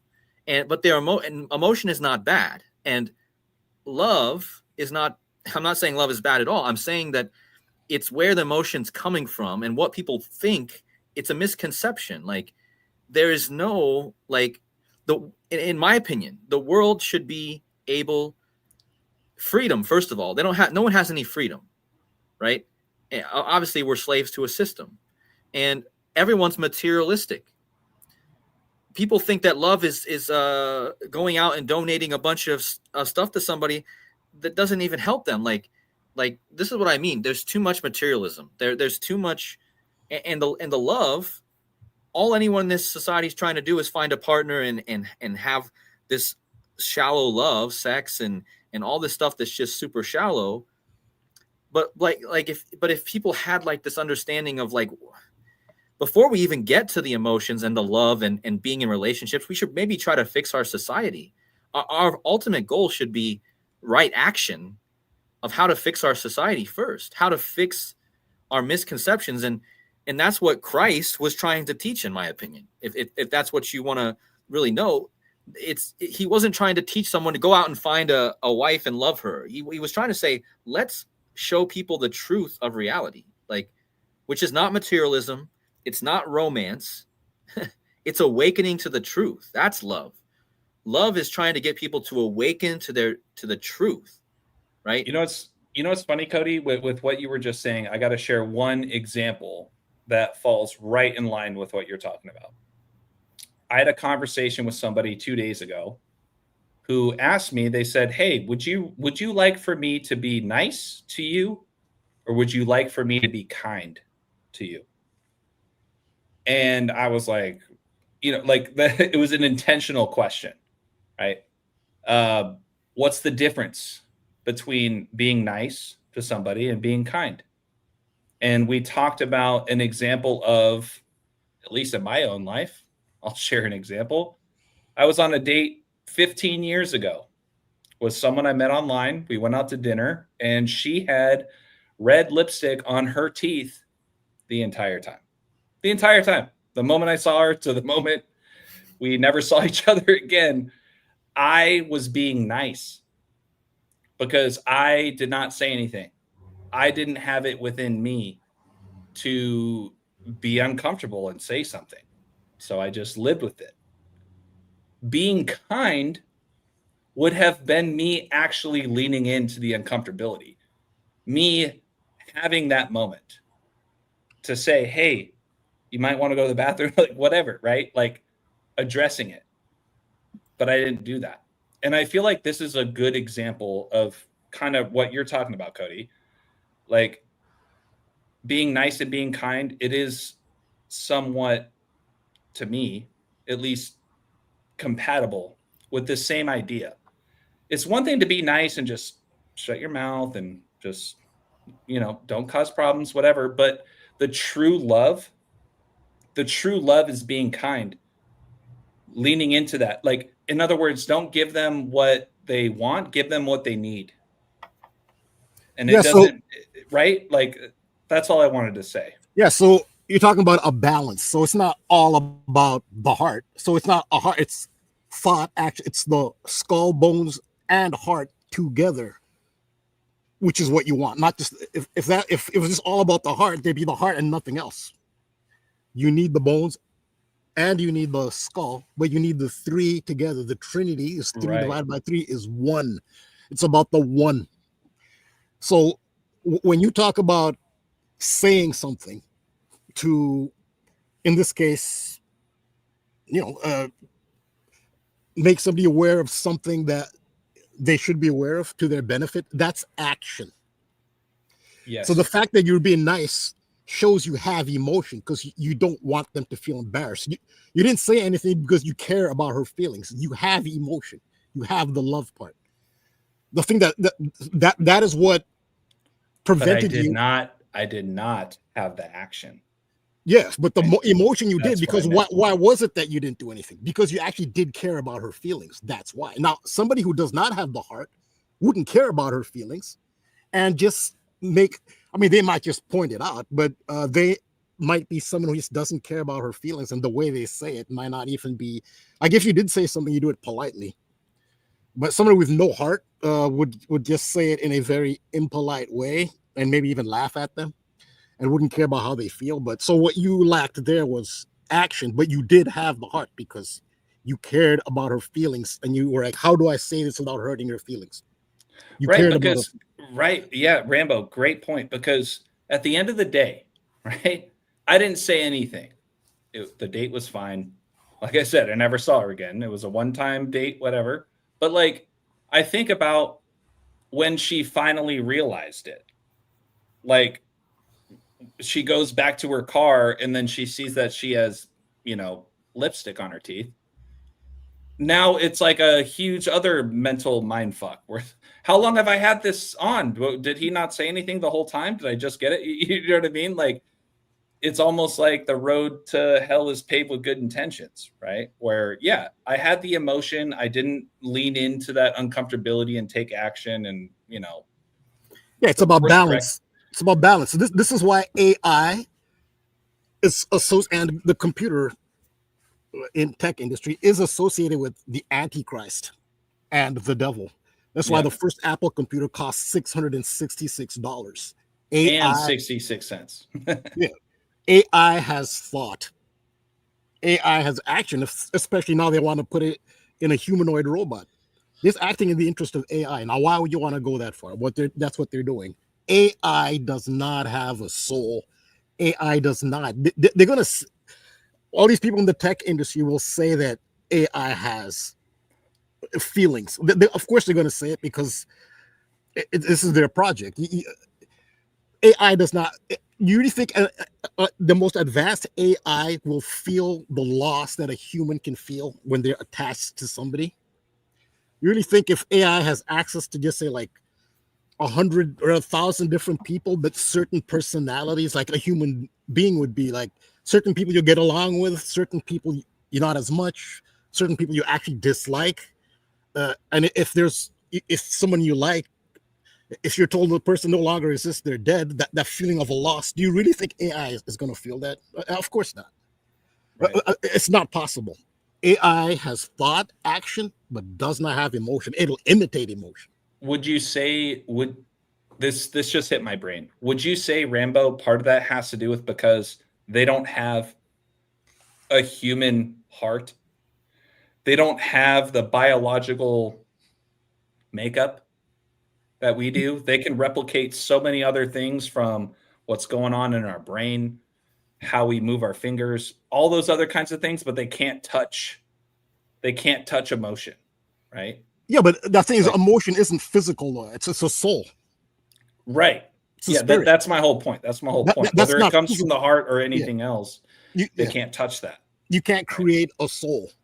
Yeah. You can imitate what a person does, but you can't create. That's why AI and tech is associated with the devil and the Antichrist. It is something that is not human, simply does not have a soul.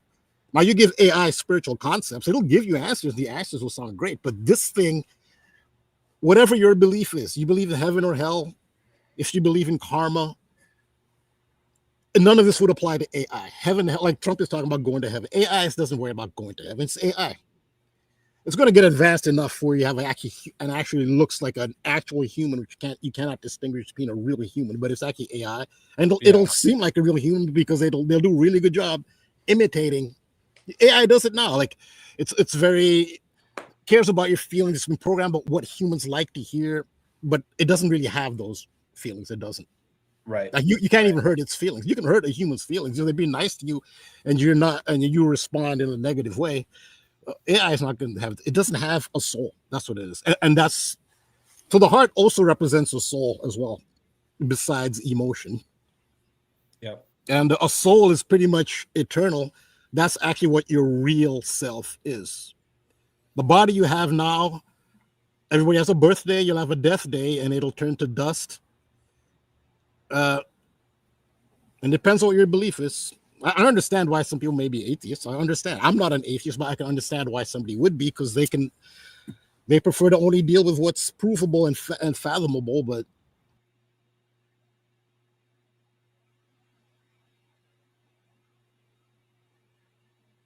Oh shoot.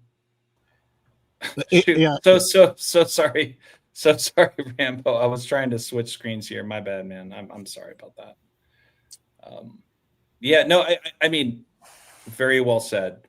And I know, Cody, I don't know if there's anything else you want to chime in on this particular conversation, but I just want to thank you, Cody, for connecting me to certain people that share certain content about just these emotional love themes and how that's what makes us as human beings so powerful.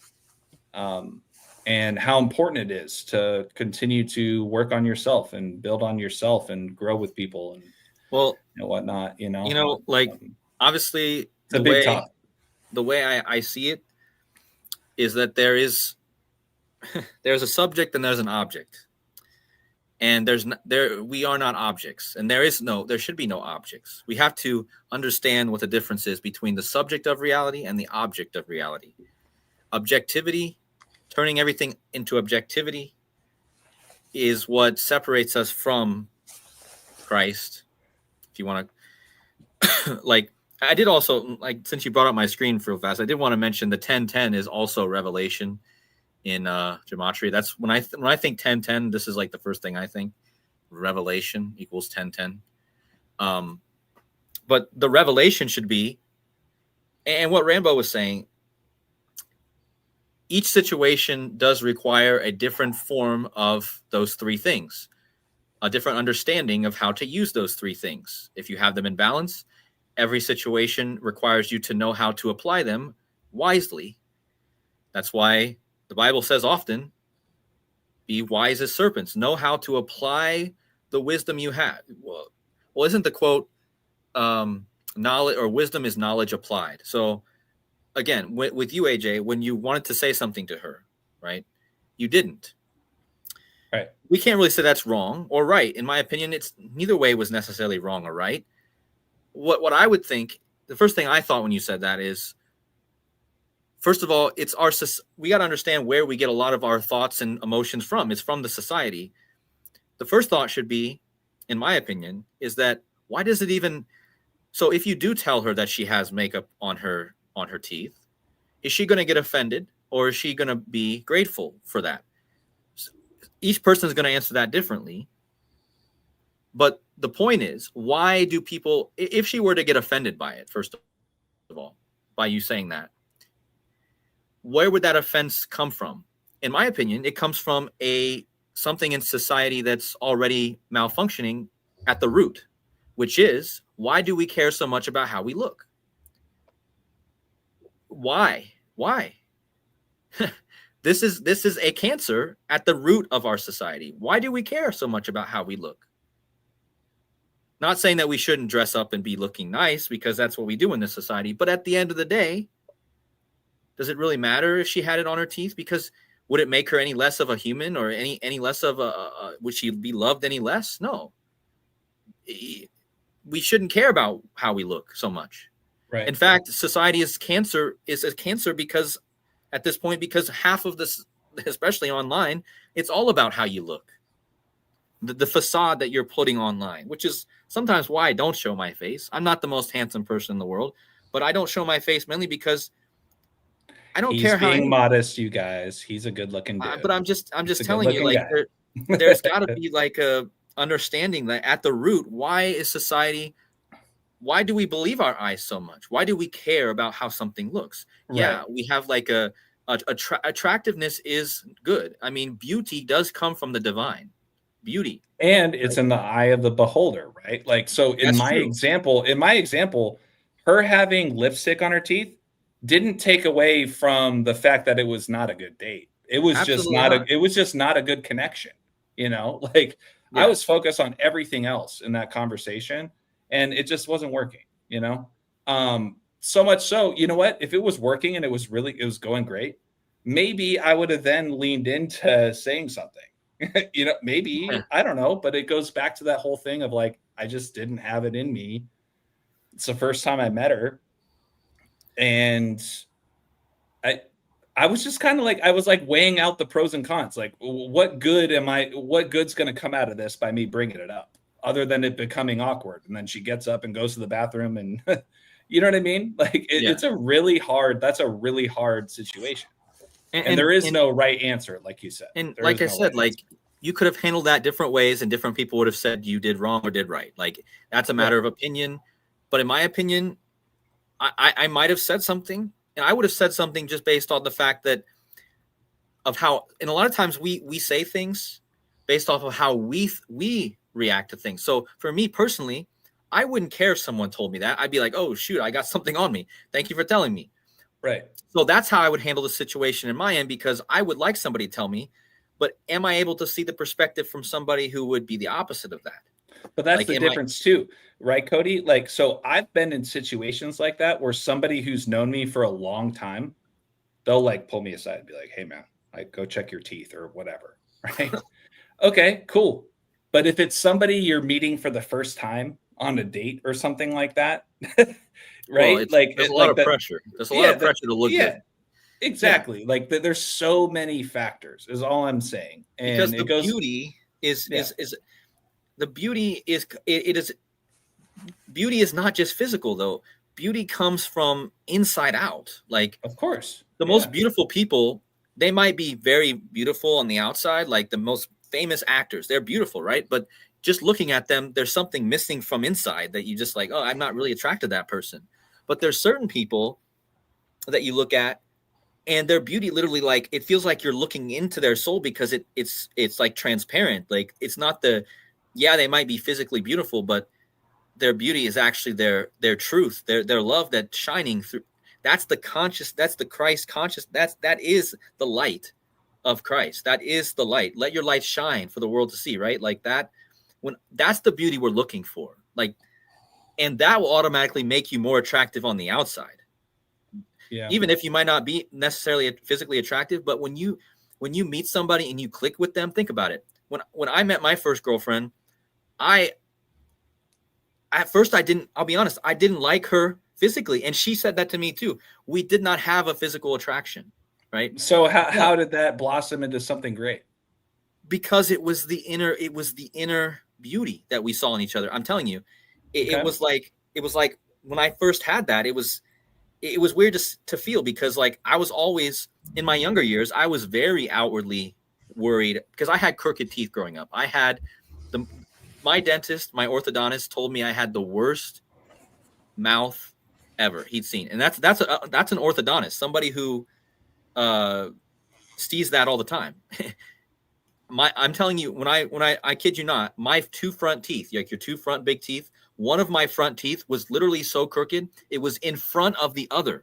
It looked like I had one tooth there, but it was just because one tooth was in front of the other. That's how bad it was. And I had to get a retainer to make my mouth bigger. I had to get my jaw moved forward. I had to make my mouth bigger. I had to move all my teeth. And to this day, I still have problems with my teeth, because think about how much hardware I had to have in my mouth. That's not natural. Your body's not even meant to go through all that. So I still have problems with my teeth. That's my worst part of my body that I'm least healthy in, because my teeth have always been like that. But the point is that, like, growing up, I always was focused on beauty because I always had less of that with my teeth. Once I got my braces and got it fixed, I obviously got more confident. But at the end of the day, now that I'm older and wiser, I understand that beauty is in the eye of the beholder, and the beholder should be looking past the physical appearance and into the soul, where the beauty truly lies. And beauty is divine. True God's beauty is so divine that it should leave you speechless. In fact, you should have no words to say about it, because the beauty of God or of consciousness is so beautiful that it should leave you speechless. And it strips you of the material. It strips you of what's right in front of your eyes. Yeah, right? and then it shows you the beauty of everything beyond what you're seeing in front of your own eyes.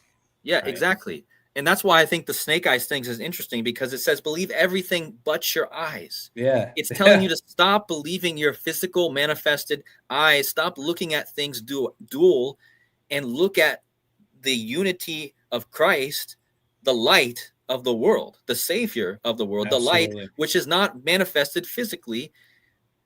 First, it's manifested physically. There's nothing wrong with physical reality there, but it has to be from the inner, or from the manifest first, from the actual Christ first. It has to be there first. And when I look at people, that's what I want to see. I want to see their heart, which is not their physical heart. It's their heart is their soul. That's their heart. So again, we live in a society that's just it's ass backwards. Everything is backwards. And until with intention. I think with intention with that. Well, right? but yeah, that's what I mean. Yeah. That's what I'm more inspired. Even now these days, I'm less into the numbers now. I know I'm going on a tangent now, but I've thought about changing my channel from about all these numbers and just trying to get people to wake up to the truth, man. Start understanding true love. Let's have a real revolution. I don't care as much anymore about the numbers. Of course, I love it. I do love what I do with these numbers. And I don't think I'd ever fully stop. But at the end of the day, what are we really doing? Are we really truly loving? And I don't mean physical love. I don't mean, combing someone's ego. I mean truly dissolving their ego. I mean, we need to dissolve individually. We all need to work on that. And no one can make you do that. Each person has to do their own work and dissolve that, right? There has to be accountability too. And so, yeah, the tangent's over. I'm going to stop. But the point is that every day, for many years, I've been wanting to do this. Like my channel, I'm just telling you guys now, one day, my channel will not be about numbers anymore. There will be a day where all of that ends. And when that day comes, you're going to see a whole different KODI. You're going to see somebody that really wants. And the only reason I'm still doing numbers is because I feel like I don't need to. I feel like God hasn't called me yet to shift that. But when it does, if you guys want to stay or if you guys want to leave, that's up to you. But I'm just telling you that one day that will not be here. So, I mean, that's just for my subscribers, because I know a lot of people are watching on my channel, but it's really important one day for me personally to take a different route. That's all I'm saying. And shout out to Wes in the chat. He's somebody that I just got connected with. Go check out his channel. He's doing great with the numbers. And yeah, I think the numbers are important, and I absolutely love numbers. I do. I really do. I think all three of us do, right? And I did not mean for this particular slide that Rambo's been talking about to really blossom into a 20-minute segment about this kind of whole idea about thought, action, and emotion, the head, the bones, the heart, etc. But I think it was extremely fruitful, man. Like this is already one of my more favorite podcasts that we've done. Well, I've been wanting to go this to talk direction about for a long yeah. time. I've been wanting to go this direction for what I really am passionate about talking about is the truth. Like beyond all this, beyond what we do here, there's levels to this, right? And each person on the planet right now is at a different level, and sometimes you got to meet them where they're at. Mm-hmm. And I don't think that's what people understand enough. Is even in the Bible, I think Paul says, "I become all things to all men." He says that. Even in the Bible, he says that I take on the shape for wherever somebody's at. I meet them there. I have empathy. I understand where they're at, and I meet them there. Some people are at the point where they need to understand that there's really something not right going on with the world. The numbers are obviously lining up, but like, are we meeting people where they're at? Right. Do we understand where they're at? Because I do, because I've been through levels of my own life where I'm like, okay, I was here and then I was there and now I'm here. But I can see people now in my life that are still here where I was. And it's not like I'm saying I'm higher than anyone. I'm not at all. I have a lot to learn. But the point is that everyone's at a different spot and everyone's being guided, but with their own personal life spiritually to find that, right? And everyone's purpose is different too. We're all here for a different purpose too. That's the other thing. 100%. 100%. Yeah. Yeah. So Rambo, please chime in. The way we got on this was Kayla Quinn's comments, and she has that 1010 tattoo about Rashi Rice, how he had no human empathy, and she was shocked that a human being would not display any empathy whatsoever. And look at this is Total Sports. It's I guess a reputable, it's a major mainstream outlet. Look at their headline. Rashi Rice crash victim breaks her silence as she rips the Chiefs star wide receiver for being, and they highlight this in parentheses, heartless. They know what they're talking about. What is heartless? This is what heartless is. Now, what happened to Rashi Rice as a result of this? So this was in 2024, right after winning the Super Bowl. So the next season after that was the 2024-25 Super Bowl. He actually got he was sentenced to, it's like a 30 days in jail. That's what he got for that. So you're talking Super Bowl 58. Yeah, in Las Vegas. Before Super Bowl 59. Right. So this is right after Super Bowl 58. Got it. Okay. This was on March 30th, 2024 in Dallas. I showed you the clip of the accident. Yep. So you're saying, like, what happened? So they sentenced him to 30 days in jail. As of now, he has not served it yet. And I'm sure there are lawsuits going on. So the NFL, what does the NFL do when you have legal problems, especially with footage like that? He caused an accident and just strolled away with his three friends. They literally just strolled away when his friends had his arm around. We have a picture that in the other part of the decode, nonchalantly walked down the freeway and just went about their day with that wreckage. That's the heartlessness. So the NFL, when you do something like that, obviously that kind of publicity, you get suspended. They don't just let you back. What happened last season, which is the 2024-25 season, Rashi Rice got injured. So he didn't play the 2024-25 season. So the season that culminated in Super Bowl 59, Rashi Rice was injured for the entire season, so they say. The NFL gave him a 6-game suspension, but they're not going to say, oh, well, you were injured, that counts as suspension. No. Once they clear him from the, whatever you call it, injury reserve or injury list, once he's declared able to play, the NFL instituted a 6-game suspension on Rashee Rice. That is why you have not seen Rashee Rice play for the Kansas City Chiefs. He has a 6-game suspension starting the beginning of this season. I go back to this slide. I think this should be an relatively, you only have I think you can narrow this down to 2 choices. After Rashee Rice's suspension is served, and Kansas City Chiefs have played 6 games. So Rashee Rice's suspension is effectively over. He can now start. Since this is a ritual, can you guess which team Rashee Rice will return to play against? I'm going to guess the Tampa Bay Buccaneers. Now there's one. It Did could be one. Did I whiff? Did I whiff? No, that's not a whiff. That's not a whiff.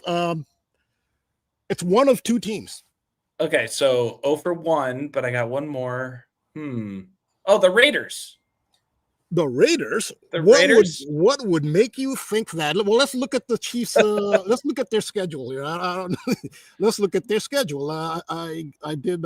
So here's the. Hey, disclaimer for people watching right now. Rambo and I did not talk about this before. No, you guys. I'm not joking. Like, no, I'm saying, Rambo knew I was going to land on one of 2 teams. So no, yeah. When you understand the symbolism and you know the NFL, then it's pretty easy, right? So, Chiefs, Rashee Rice suspended for first 6 game of season. This is 2025. So first 6 games. So let's look at the Chiefs. Okay, that kind of gave it away. I should have done this first, but regular season. That's game 1, 2, 3, 4, 5, 6. Suspension's over. And look at that. This is when Rashee Rice returns against the Raiders. The man with no heart returns against I think, did I blow up? Yeah, against this team. Oh wow, man. The Skull and Bones. Man. But there's Isn't more. that where it happened? It happened in Dallas. Oh, it happened in Dallas. So there's more. This is an image of. Oh, that's another thing too about Dallas. When on November 22nd in 1963, when JFK was assassinated, guess who was in Dallas but says he was not in Dallas? Outside the Texas School Book Depository, it was George Bush Sr. Now he's saying this isn't him, but there's a picture. This picture was taken outside the Texas School Book Depository. That's right at Dealey Plaza at the time of the shooting. He's saying this isn't him. I mean, look at this. Look at the hair. Look at this.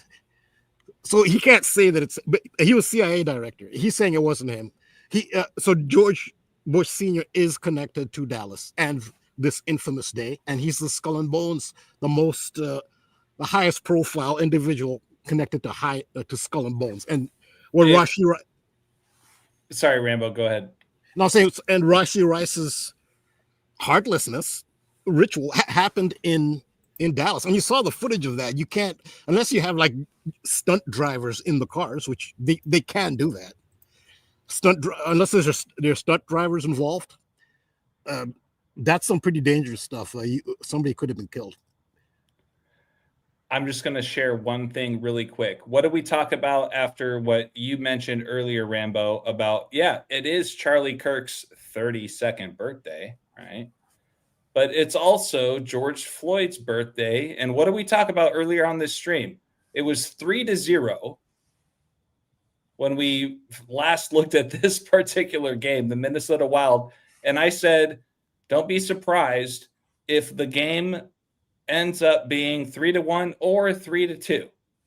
Yeah, you said it. You called it. Yeah, well, I mean, there's still 5-6 minutes to go in this game. Oh, okay.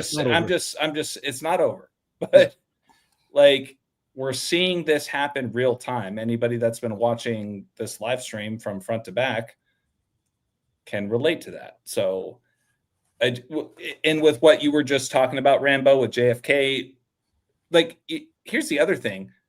I just want to point out, I can't really zoom in, but notice that the Dallas Stars logo literally represents a gunshot. Have you guys ever noticed that?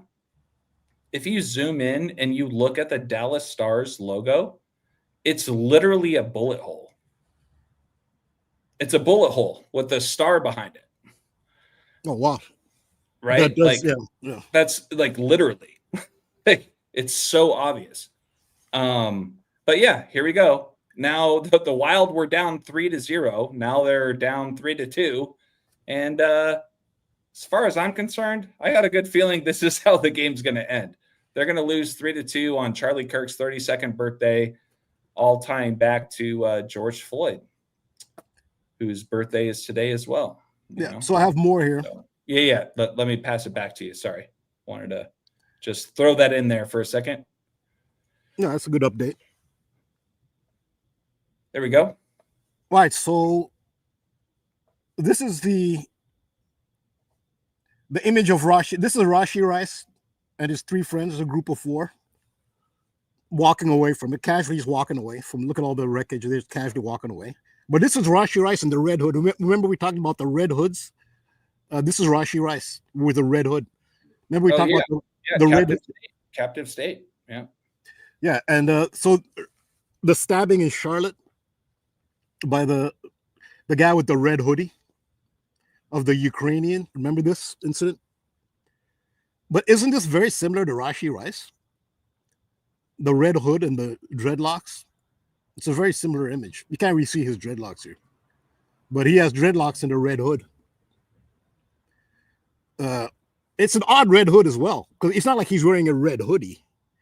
It's. I think it looks like a do-rag. That's what it looks like. But it's separate from his. But this image here, this is from March 30th, 2024. It's just like what we've seen in 2025 from this guy here. Very similar to Rashi Rice's image.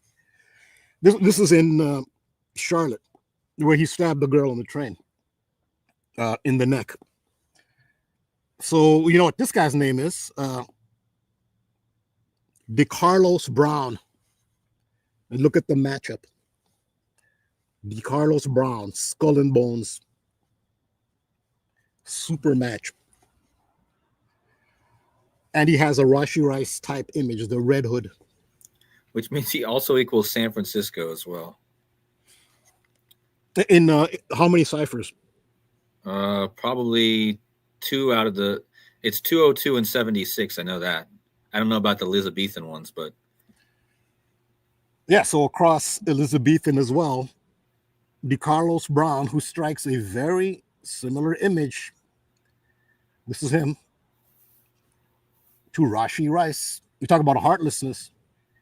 We said it was a Skull and Bones ritual. His first game back after suspension, after the crash, is against the Skull and Bones team, the Raiders. And in Dallas, where Skull and Bones, one of the most famous Skull and Bones, George H.W. Bush, clearly appears to have been there.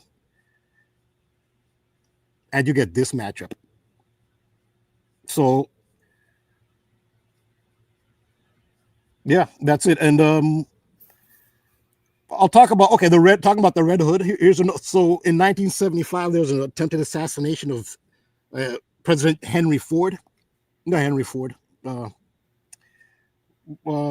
Gerald Ford, sorry. And this is Lynette Frum. She is one of the attempted assassins. They said her gun jammed or something, or there's no. I think she had a revolver, and there was no bullet in the chamber. And they said at age 26, she was wearing a hand-sewn little red riding hood. There's that red hood symbol again with the assassination attempt of Gerald Ford. This is an excerpt on my Patreon, an excerpt from the Madness video, which I'm still working on. And so the Rashi Rice thing and the 1010, it's about the 1010 code and Ford. This is related to that. And hopefully when I get home, I will have power. I don't even know. I'll take a walk in the middle of the night. Hopefully I'll come back to some power so I can finish editing the video. Otherwise, I'll be back here tomorrow. But yeah, this is it. Skull and Bones. He'll be back against the Raiders. It's about the it's not just about numbers. Rambo, really quick, I did have to step out for a quick second if you guys didn't catch that, but were you touching on Hillary Clinton for a second at the end there? Or was I totally missing that. I thought I saw you were pointing out like a young Hillary Clinton towards the end there, but maybe it was someone that looked similar. That is Lynette Frum, Oh, okay. who was an attempted assassin of President Gerald Ford in 1975. Okay. And as they describe it, Frum, age 26, wearing a hand-sewn Little Red Riding Hood. Okay. All right. Okay. And that's about the Red Hood, which we've been talking about that here. Yeah. Rashi Rice had the Red Hood. The guy who they say stabbed the Ukrainian in Charlotte had the Red Hood. There's been other Red Hoods. Shout out to Quantum Mania. Is this coming up in your next video? If not, that's fine. Quantum Mania, you already shouted her out in the last video. But in Batman, Red Hood was an assassin. I didn't know that. Red Hood was the original name of the Joker. Oh, I didn't know that. I didn't know that. I'm an idiot. No, you're not an idiot. Wow. Well, let me. Okay, if I can, let me see if I can. I'll just go to let's see, Google, I guess. Yeah. So you're saying that the Red Hood was the original name of the Joker? Yeah, he was Red Hood before he was Joker. So let me. Oh wow. Oh my God, you guys. I'm typing with one hand here. Well, it's a similar name. He actually he fell into a vat which deformed his face at a wait, so is he Two-Face or is he the Joker? No, his face got deformed. The Joker has a deformed face. But so does Two-Face. So that I don't know. Only half of Two-Face's face is deformed. He's a very handsome man on one half. But all of Joker's face got distorted, is what you're saying? I'm sorry. I'm just asking a question. I don't know any of this stuff, so I'm trying to. The original name of the Joker is Red Hood. Oh my God, man! Joker under Red Hood. Oh my God, this is, man! I feel like I say this every single week at this point. Oh my God, this is guys. crazy.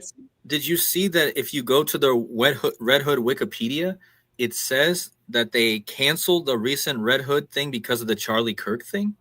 What? Did you got Rambo? Did you see that already? On the Wikipedia page. The Wikipedia page, if you scroll down, it says the 2025 Red Hood series. In June 2025, they announced it would release a mature Red Hood series featuring Jason Todd. In September, DC canceled Red Hood series one day after its debut following comments made by Felker Martin on Blue Sky regarding the assassination of Charlie Kirk that was deemed inconsistent with DC's standards of conduct. Rambo, if you're okay with it, I'm going to pass it off to Cody really quick. Cody, do you have that ready to go to share? Yeah, I think, well, Rambo is at the page. I think that should be there. He's there. He's got it. Well, okay, maybe the Joker page.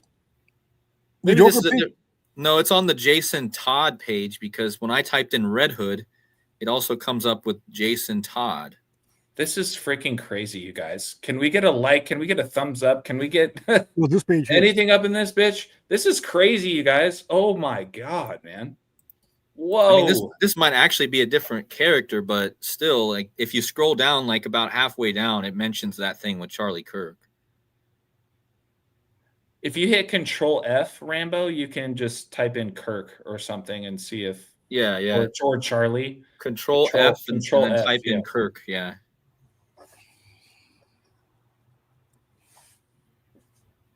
This is amazing, Cody. Wow, dude. With the Red Hood thing, I mean, dude, I know Rambo couldn't make it when we were on with Donut, but like my whole thing with Captive State, shout out to Dimitri, hinting me to that. But he was all about Captive State, and the first thing I ever noticed was the main character wears that red hood, just like the suspect with the stabbing story. And then now here we are. The Joker is the Red Hood. This is crazy, dude. Yeah, but it's Rashi Rice is the Red Hood, and he will return. He will return to action. He will return to action. This seems to be a different Red Hood, though. But that was the original Joker. He changed his name to the Joker. I think this is a different one, but why would you say, Rambo, that it's a completely different Joker? I think it might be because this seems like a different character. But you're talking in the world of DC Comics. No, Or I said this might be a different Red Hood. No, it wasn't Batman. Well, because of everything you've talked about, Rambo, with Mahomes having that Batman Day birthday every so often, right? It's not every year, but yes, anyways. he was born on Batman Day. Yeah. But yeah. Did you know that Rashee Rice has the same birthday as Jack Nicholson? Yeah, yes, April 22nd. Okay. I was going to say that it's April 22nd, but yeah, that's what I mean. AJ, I'm sorry, I can't. Yeah, I mean that does kind of bring it full circle, doesn't it? That just kind of brings it full circle, right? I'm sorry, I gotta mute myself.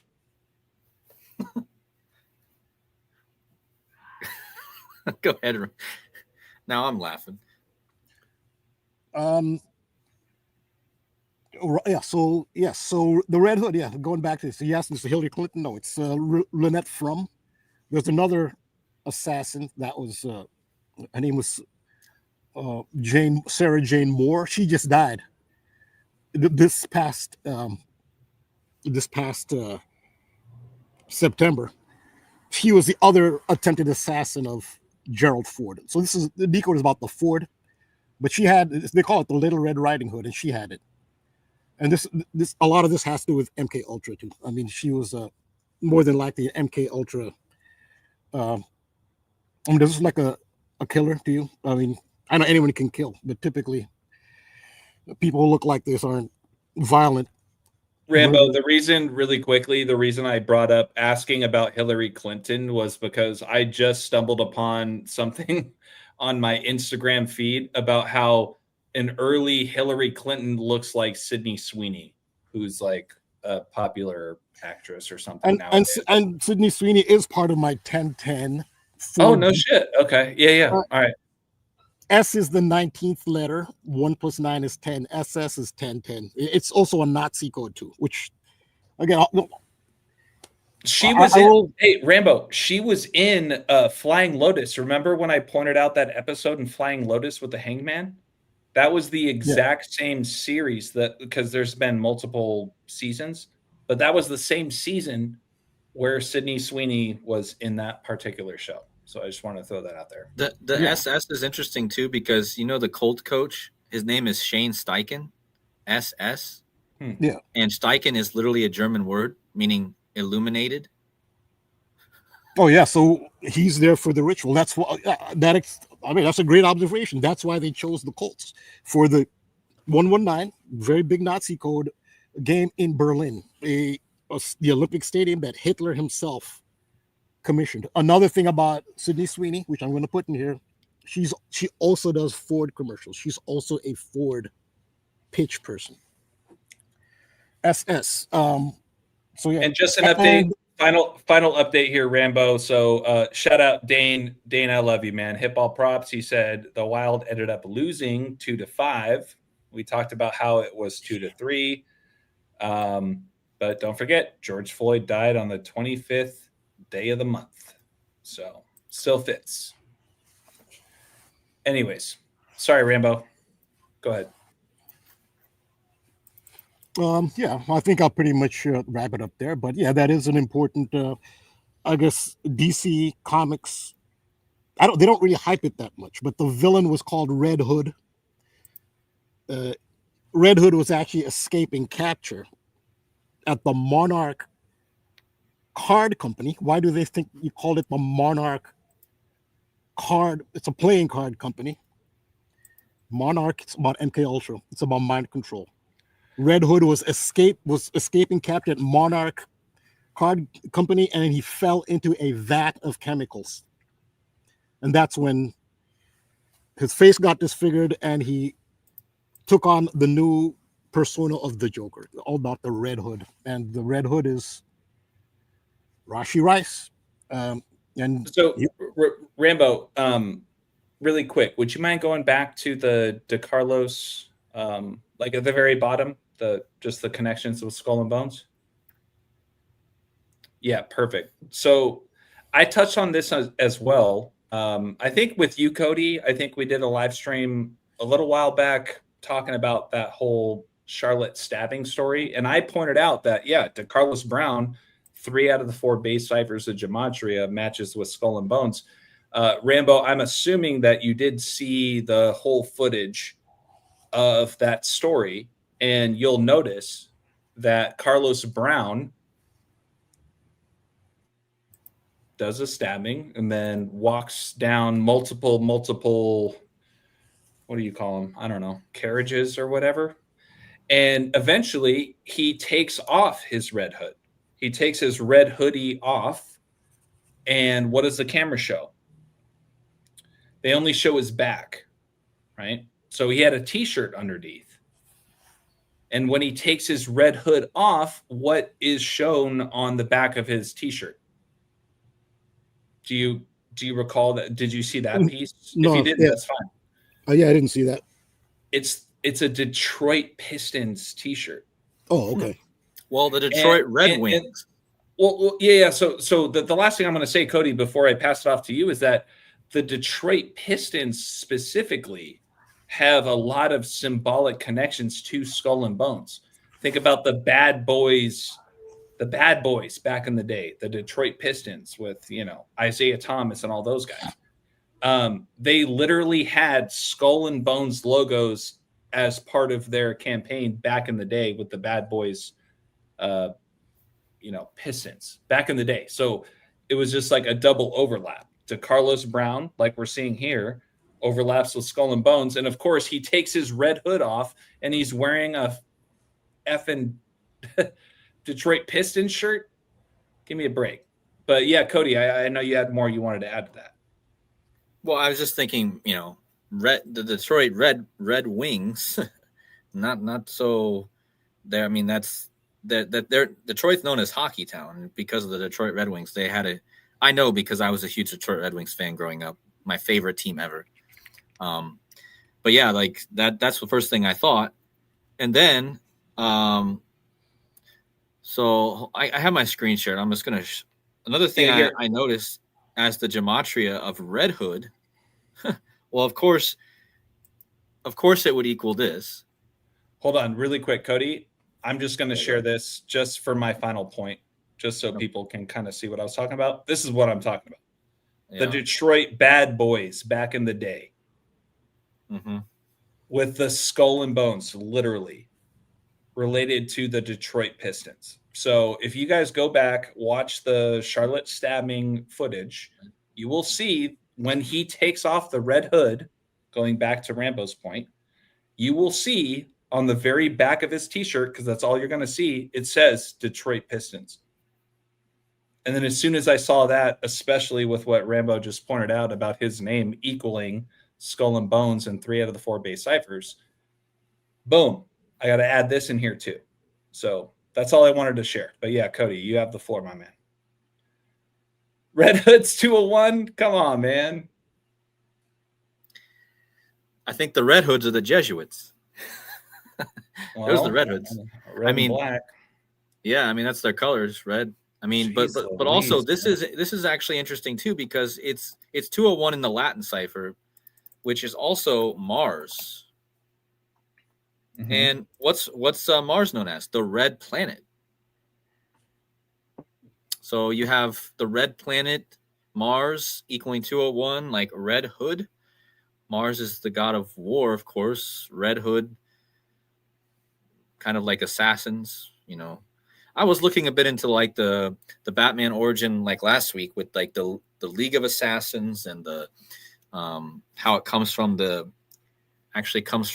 connects back to all these video games that had come out over the recent years called the Assassin's Creed, which it's so funny you say that because Quantumania literally said Assassins Oh yeah. Reed underscoring the C, but Reed Well- kind of reminds me of Andy Reid, going back to what Rambo's been talking about with Rashid Rice of the Chiefs. Interesting. Oh, that's a good point too. Somebody in the chat put this movie, which I didn't do a decode on yet, but I probably should have. It was Tron, Ares, and like wasn't what's his face who played wait, the he Joker? played Joker. He played Joker. Yeah, I was going to say, Oh, my wasn't goodness. yeah, Of course he did. Jared Leto, right? Yeah, of course he played Joker, man. That just brings it. Dude, is this a comedy podcast? It's like Yeah, well, the joke's on us. Because right? I'm laughing my ass off over here, dude. This is amazing. I mean, look at the. This is all about. His name is Ares. He plays Ares in the show, Jared Leto, and look at the guy named Jeff Bridges in there too. Bridge again. I love Jeff Bridges. Shout out Dumb and Dumber. But this came out October. What day? 10/10. Oh my god, dude. So this brings us somehow all the way back around because it came out the same day, and this was a signal for that crypto crash. And what happens when a market crashes? It goes red. And why do you think the whole theme of the movie was red? And look at, let me see if I can find the tagline.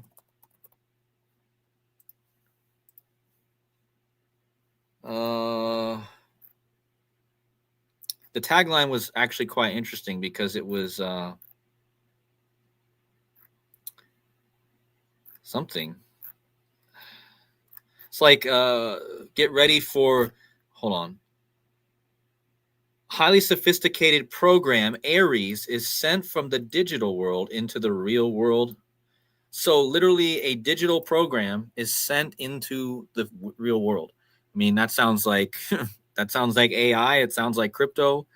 And it's not a coincidence that the crypto crashed red on this day, like the biggest red candle in history, by the way. I mean, if you go look at the charts, it's absolutely ridiculous what happened that day. And but it's funny that this was about actually sending the digital world into the real world. Almost like this crash is actually a fake out and getting us ready for the implementation of what crypto and AI is about ready to be. So like, but isn't it just crazy that you got Jared Leto who played the Joker? The whole movie's about red, which connects us back to the Red Hood. He played the Joker. It came out on 10/10. Yeah, Rambo, what are your thoughts on that, man? Batman. Yeah, the 10/10.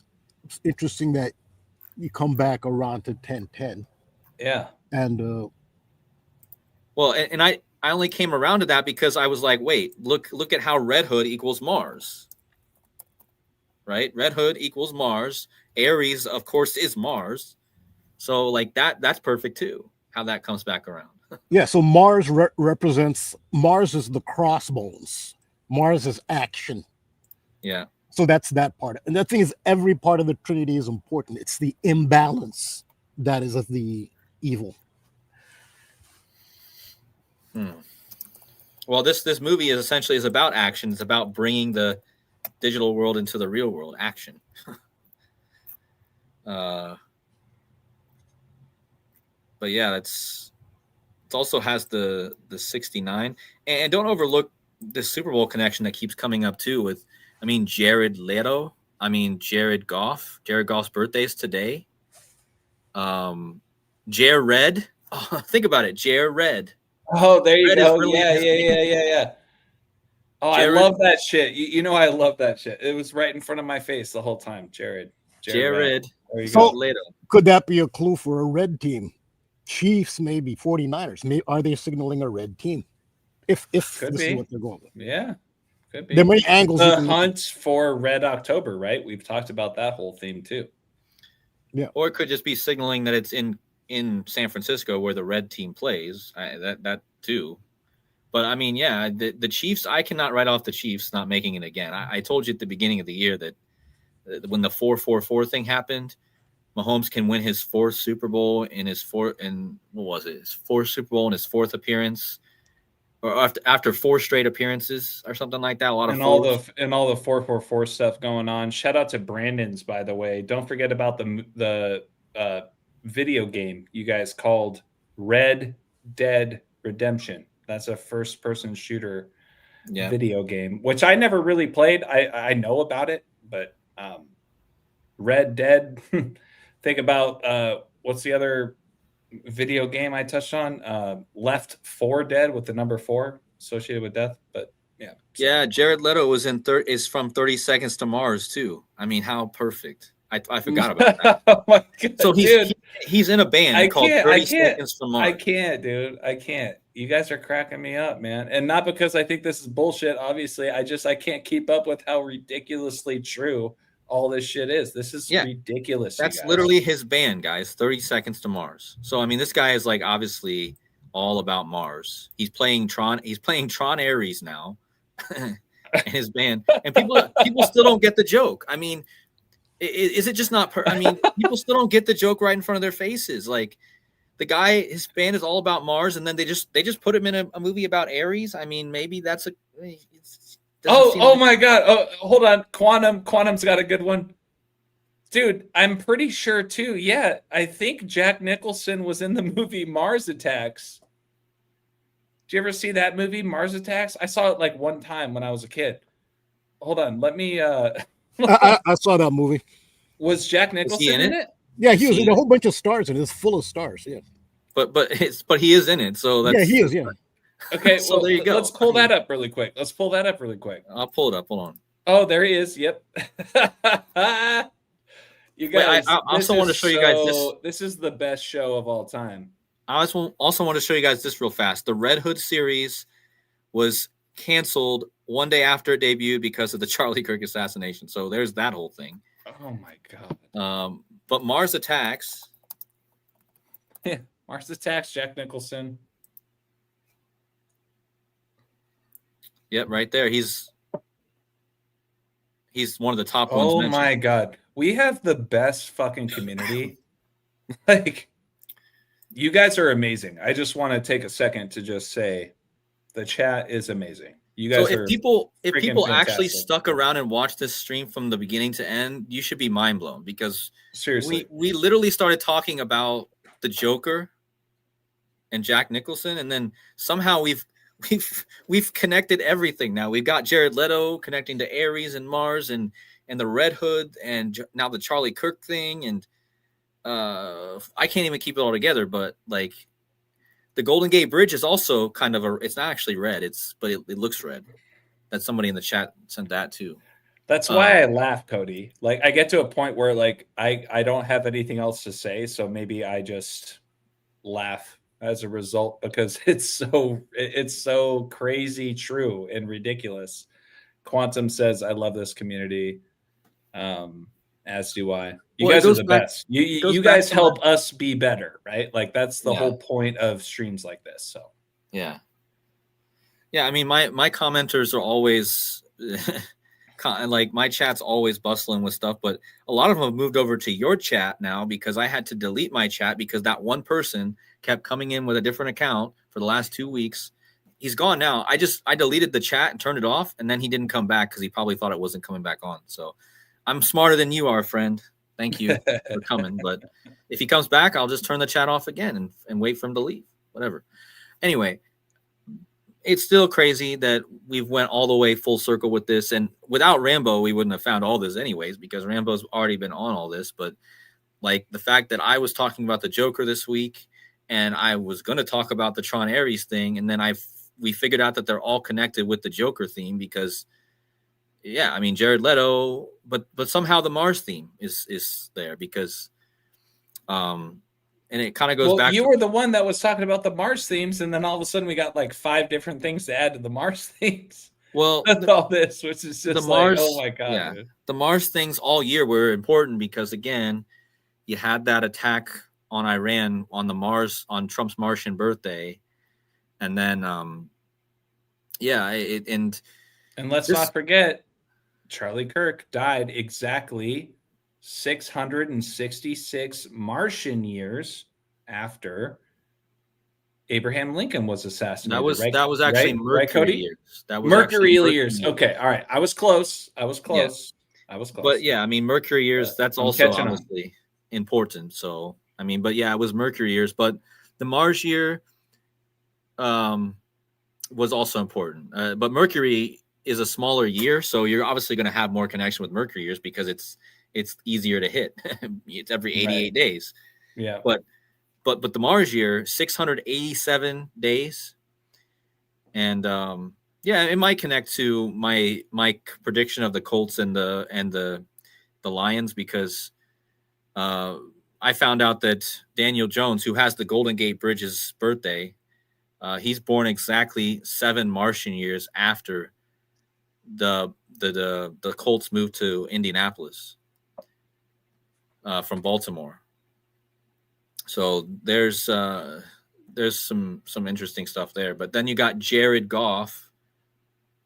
And there was something that happened this week. I shared it with you, AJ. The guy who won the AEW title or the TNA title this weekend. The Mark Sanchez His thing? name was Mark Sanchez. Are you kidding me? That's what, dude. This is like the world we live in is the funniest fucking sitcom I've ever seen in my life, dude. Yeah, like I'm not joking. Like, I'm sorry for being so animated right now. I'm not laughing at like what most people in this world are laughing at. I'm laughing at how quickly we just line all this shit up. Dude. Yeah. Let's close with this because we're already, we're already real long. But I just wanted to share this. But Mark Sanchez is important because most people aren't talking about Mark Sanchez. I did a small little blip about him a couple days ago, but like, yeah, please, please let us know about this whole thing because this is ridiculous, dude. Well, I could go into how this is really super tied to, and it might sound crazy, it's really super tied to Daniel Jones. Again, this guy's career seems to be synced with Daniel Jones. This Mike Santana, who won the AEW title the other night. Let's rewind really quick, Cody. Why Mark Sanchez? Well, Mark Sanchez was a quarterback in the NFL, right? He was a quarterback in the NFL. He's now a commentator, or was, right? And the whole stabbing thing, right? So, well, that's interesting because we're talking about Indianapolis, your Colts. But that's the key. It happened in Indianapolis. That's the key. That brings it all together because Mark Sanchez was in Indianapolis to announce the Indianapolis Colts game against the Skull and Bones team, the Raiders, and he got stabbed after he initiated it, right? And he was seriously hurt. Well, he used to play for the Trojans, which also wear red, right? Mark Sanchez. But he's also and the Trojans do the stabbing ritual. Right, and they do the stabbing ritual. And, of course, he used to play for New York. I mean, he had that butt fumble, which I could talk about that, but I'm not going to. But, yeah, it happened in Indianapolis, right? And he got stabbed. And then a few days later, I forget what day actually, he got stabbed on like what day was it? The 4th? The 4th, yeah. Yeah, it was the 4th. Yep. And a week later, this guy from wrestling wins his first, and look, he's in his first reign. So he's never been the champion before until now. And I was like, okay, I didn't even know this guy was very much because he's in like the minor league wrestling. And sorry, really quick. So his stage name is Mike Santana, but his actual name is Mark Sanchez. Yeah. Okay. Yep. All right. I just want to make sure I was following. His real name is Mark Sanchez. And I'm sorry, man. I'm not laughing at stabbing. I'm just laughing at like here's what happens right after what happens in current events. This is ridiculous, man. The clue I think was here though. Look. Yeah, Apache saw my video, at least, about the whole Mark Sanchez, OJ Simpson, stabbing, Trojans, all that stuff. Thank you, Apache. But yeah, go ahead, Codes. So again, this happened in Indianapolis right before Mark Sanchez was getting ready to announce the Colts game, who the starting quarterback is Daniel Jones. Look at the gematria of Mike Santana and Daniel Jones, 2 out of the 4 cipher. And that's what got me started. I was like, okay, well, I wonder if there's a connection here. And then I started looking into their dates, their birthdays, and I won't go down that rabbit hole, but let me tell you, it's connected to Daniel Jones and the Colts and the championship, the chance that they might have to win a championship. But anyway, so what's the chances? That's all I'll say. But what's the chances that Mark Sanchez won the title? His name is Santana, which means saint. You know what it reminds me of? Yeah. Oh my God, Cody. You just said Santana means saint, right? Yeah, it means saint. Well, yeah. Carlos, Carl, Charles, Charlie, right? Going Carlos right back Santana, right. Dude, that's what I'm saying. Like, dude, you and I were just talking about how Charlie Kirk went from a patriot to a saint, and then you have Carlo Acutis, who became the first millennial saint, and everything else you were just talking about. Oh my God, bro.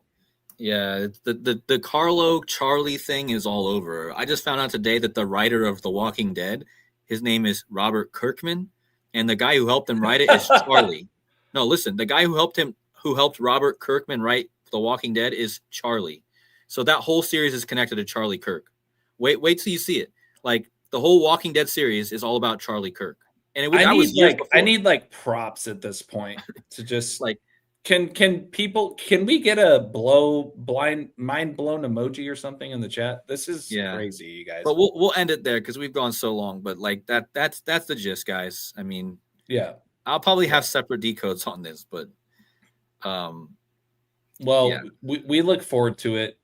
Hey Rambo, like just with this topic, anything else you wanted to add on to kind of this other off the cuff topic that we were at before we wrap things up? Rambo might have started walking. He might have.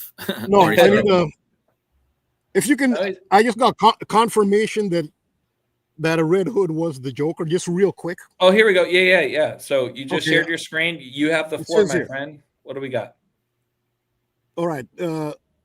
This is from DC Universe Online. So this is canon. This is DC canon. Monarch Playing Card Company. The Monarch Playing Card Company was the location where the Red Hood, trying to elude capture by the Batman after being involved in an attempt to steal money from the company, leapt off a catwalk and into a waste catch basin of chemicals. As a result, he was turned into the green-haired, white-skinned horror known as the Joker. This is from DC Universe. So just to confirm that Red Hood connection. And again, taking us back to Rashee Rice. So this is a big symbolic game with Rashee Rice returning against the Raiders, and he's a symbol of basically psychopathy. This is the metaphorical sacred feminine. Not to say that only females feel empathy. All people do. All souls are souls. There's no superior or inferior. The masculine is action, but that's actually what Rashee Rice represents, and it's not a positive. This is.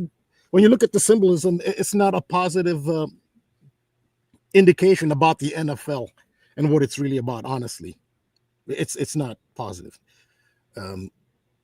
But that's it. Yeah. So he's the Red Hood. He's coming back against the Skull and Bones. And we know what the Skull and Bones symbol is. And it happened in Dallas. So Rashee Rice is coming back on the 19th. Yes.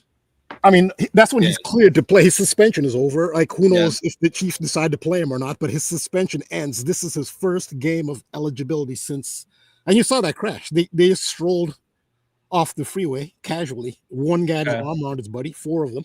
It's a group of 4. He wears number 4. Yeah. Big number.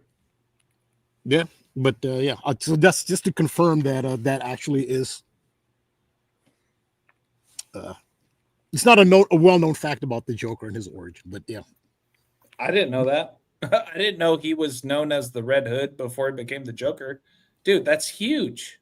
Yeah, I meant to put it That's in my huge. yeah, I meant to put it in my decode, but I just came. I told you like 20 minutes before the show. I just connected Rashi Rice to the and I actually forgot to include that, but yeah, I'm thankful that and also yeah, a shout out to Quantum Mania again for mentioning Red Hood.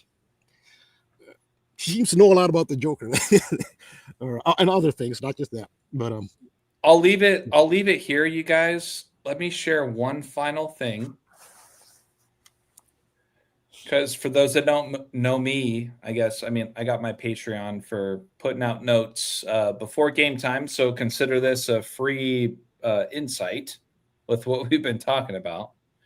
But with what we've been talking about with 1010, Rashid Rice, the Joker, etc., let's be mindful of this particular thing I just found. So Rashid Rice is sitting on 9 touchdowns all time. So he could get his 10th.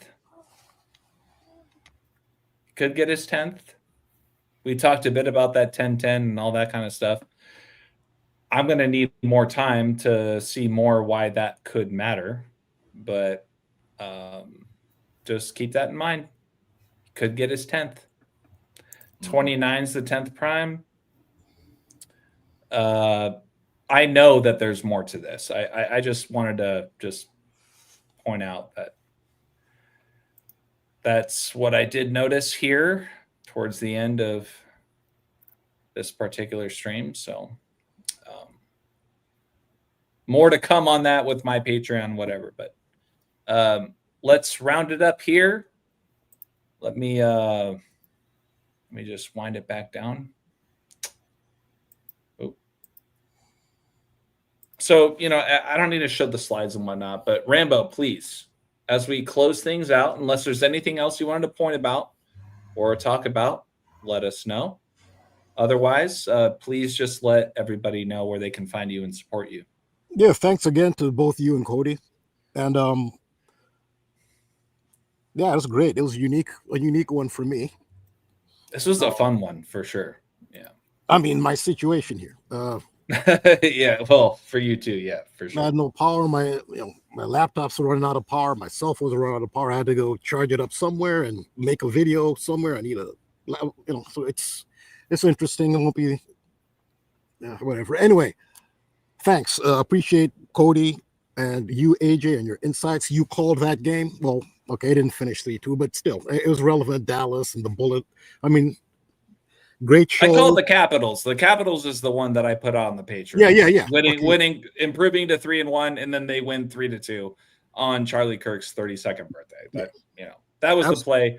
We were looking at it real time. It looked likely that it could end that, but typically what happened was in hockey, right? They pull the goalies and they had empty net goals. That's what happened. Exactly. So it's all good. But yeah, thank you, Rambo. Thanks again. It was Instagram, as you showed. It was thank you, Cody, for putting up my video there. Instagram.com/thetruthcodes and Patreon.com/thetruthcodes. Thank you. Yep. Maggie says this was a great stream. Honestly, I'll be honest with you guys. I think this was the best stream we've had. Like, for us to kind of segue into the whole concept of thought, action, emotion, and the lack of emotion and all that stuff, that to me is incredible. Rambo, just so you know, here, Coffee Girl is praying for you with what you're dealing with. Oh, thank you so much. I really appreciate that. 100%. Yeah, absolutely. And we appreciate you, Rambo. I'm praying for you. Yeah, we are. My whole channel is doing that. I would think most of these people, we're together in this. So. Yeah, thank you, Cody. That means a lot. Thank you a lot. If I had my own place out in the middle of somewhere where I could take you in and get you away from all that, I would. Yeah, but then they'll hit your house with the energy. I'm not even saying it's not even funny. They'll hit your house with the energy. That's the thing. Yeah. I mean, because that's what was happening. I've moved in 2 different places and they've done the same thing. They can hit me in my car. They can hit me while I'm. I mean, that's just the way it is. But yeah, thank you. Thank you for the sincere sentiments. It really does mean a lot. And that positive energy is putting it out does have an impact. It may not feel like it does, like you're talking about from material terms, but no, it does have an impact. All the positive. Thank you, Dirk. It does have an impact. It's a powerful vibration. Yeah, and shout out to my boy Dane. He said, "I'm glad I made this stream tonight. First time making it during this long hours of coding for the community. You guys are amazing with your work." So thank you, Dane. It's so good to see you, man, in the chat. Dear friend of mine. And you know what?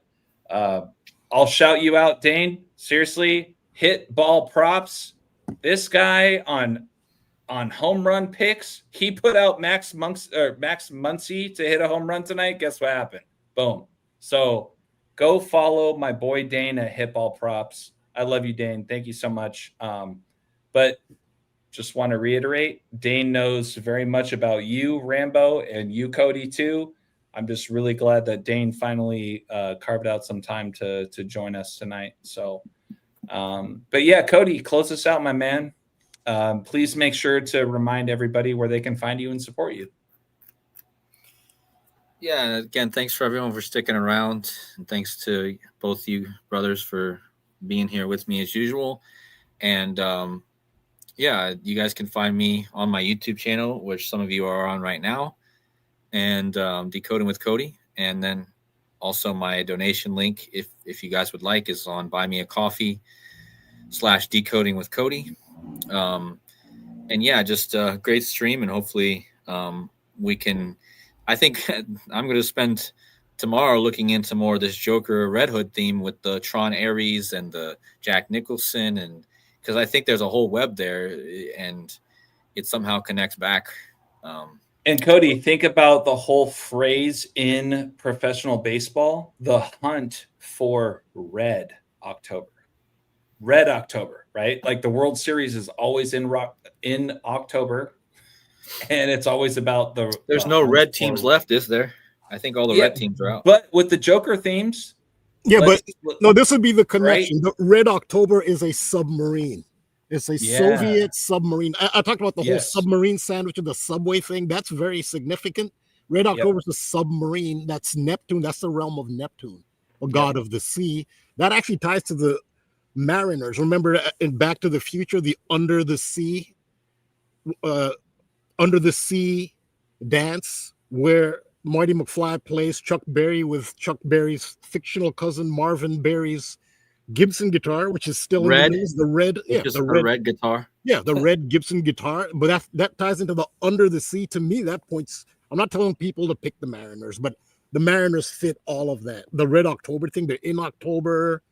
They're going for the World Series, which is in October. And they hold the trident every single time that they hit a home run. Yeah, that ties into the submarine. I mean, they have the Neptune trident at the under the sea. I mean, wouldn't the Mariners and the Brewers make so much sense then? Because like the Brewers are from Miller Park. They play in Miller Park. The Miller Lite connections you made already this year. The Miller connection is huge, man. It was in Snake Eyes. Yeah, it was in the first minute of Snake Eyes.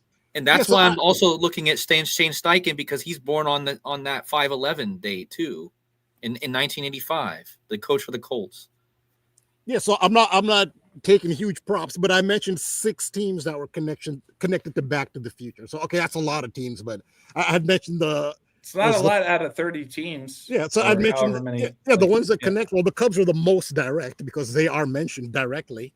But it was the Cubs. It was St. Louis because of the red Gibson guitar and Bob Gibson and Kirk Gibson. So I mentioned the Cubs, and I mentioned Milwaukee Brewers.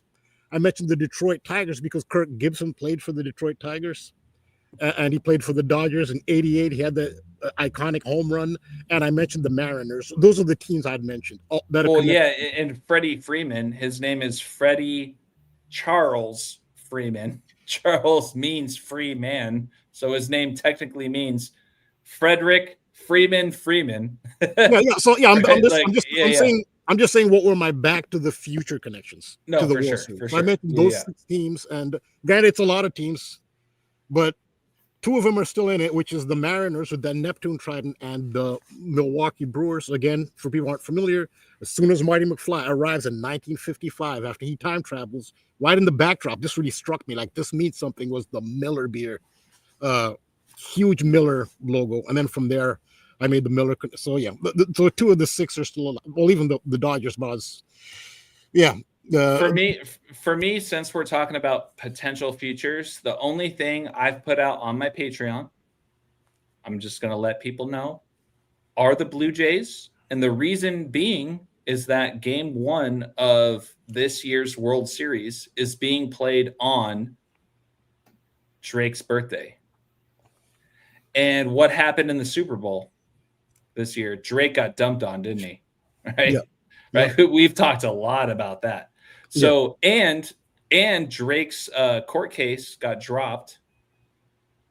Like, this dropped like 2 days ago. Wait, how did the Blue Jays connect to Drake though? Blue Jays equals 121 in reverse. This is the 121st World Series. Okay. And game 1 is being held on Drake's birthday. I see. Okay. Yeah, but that's his hometown too. He's a Toronto. He's like the most famous. He's more famous than the Blue Jays. Okay. As far as the Toronto ambassador, like, he is like the face of Toronto. Right. Exactly. He is Toronto/Canada. Right. So to me, it makes a lot of sense for him to sit there rooting for his Blue Jays on his birthday, within the same year of him being dumped on in the Super Bowl. And guess what? If you guys go back and measure from the date of game 1 of the World Series to the last Super Bowl, I got a feeling I'm about to show another number that Cody was just talking about. So this last year's Super Bowl was on 2/9 to game 1 of the World Series. 257 days, Cody. Mm-hmm. You pointed this out earlier in our live stream. What equals 257? Super Bowl champions. Super Bowl champions. So I kind of like the Phillies maybe to get there. Obviously, they're not going to. But the theme around Drake kind of is still alive and well, at least until the Blue Jays are not around anymore. But Blue Jays, 121. It's the 121st World Series. And game 1 is being played on his birthday. And he just so happened to be dumped on in this past year's Super Bowl. Well, right? Blue Jays connects to Back to the Future. Also, if you type in Blue Jays, it takes 121 gigawatts, right? Well, if you type in Einstein, which is the name of the dog that time travels, it's a 3 cipher match to Blue Jays. Like the dog that travels in Back to the Future, Einstein, it's a 3 cipher match. And one of them is 121, which is the gigawatts for the time travel. So that's interesting. That's just a gematria connection, but there might be something there. Yeah, we could do a whole decode just talking about looking at future teams. Yeah, we better stop it there. We've already almost 3 hours here. So we should wrap it up. We'll end it there, you guys. Like, take it for what it's worth.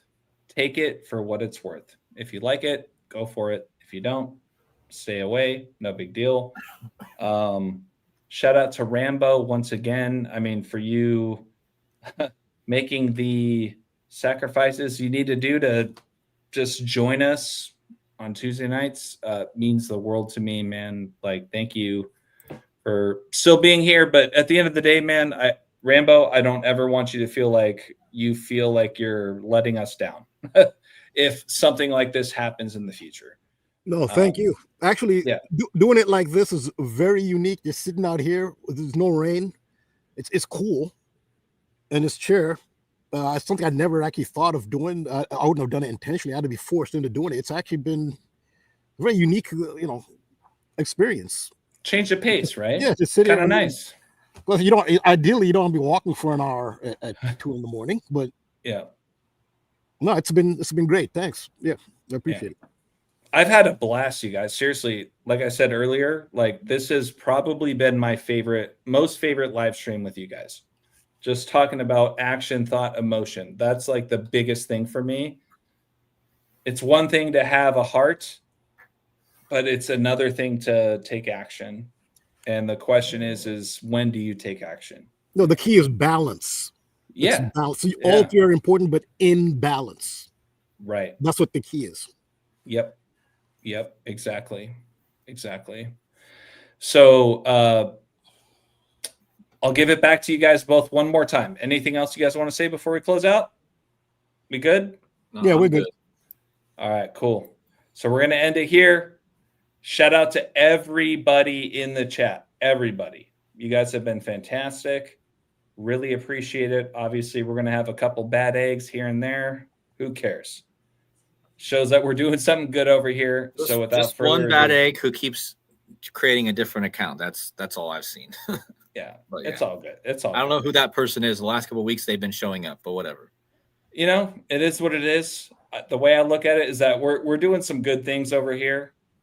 And oh my God, man, I had to mute myself and gather myself with how much I was laughing about how ridiculous this world we live in is. And I wouldn't have gotten there without you guys.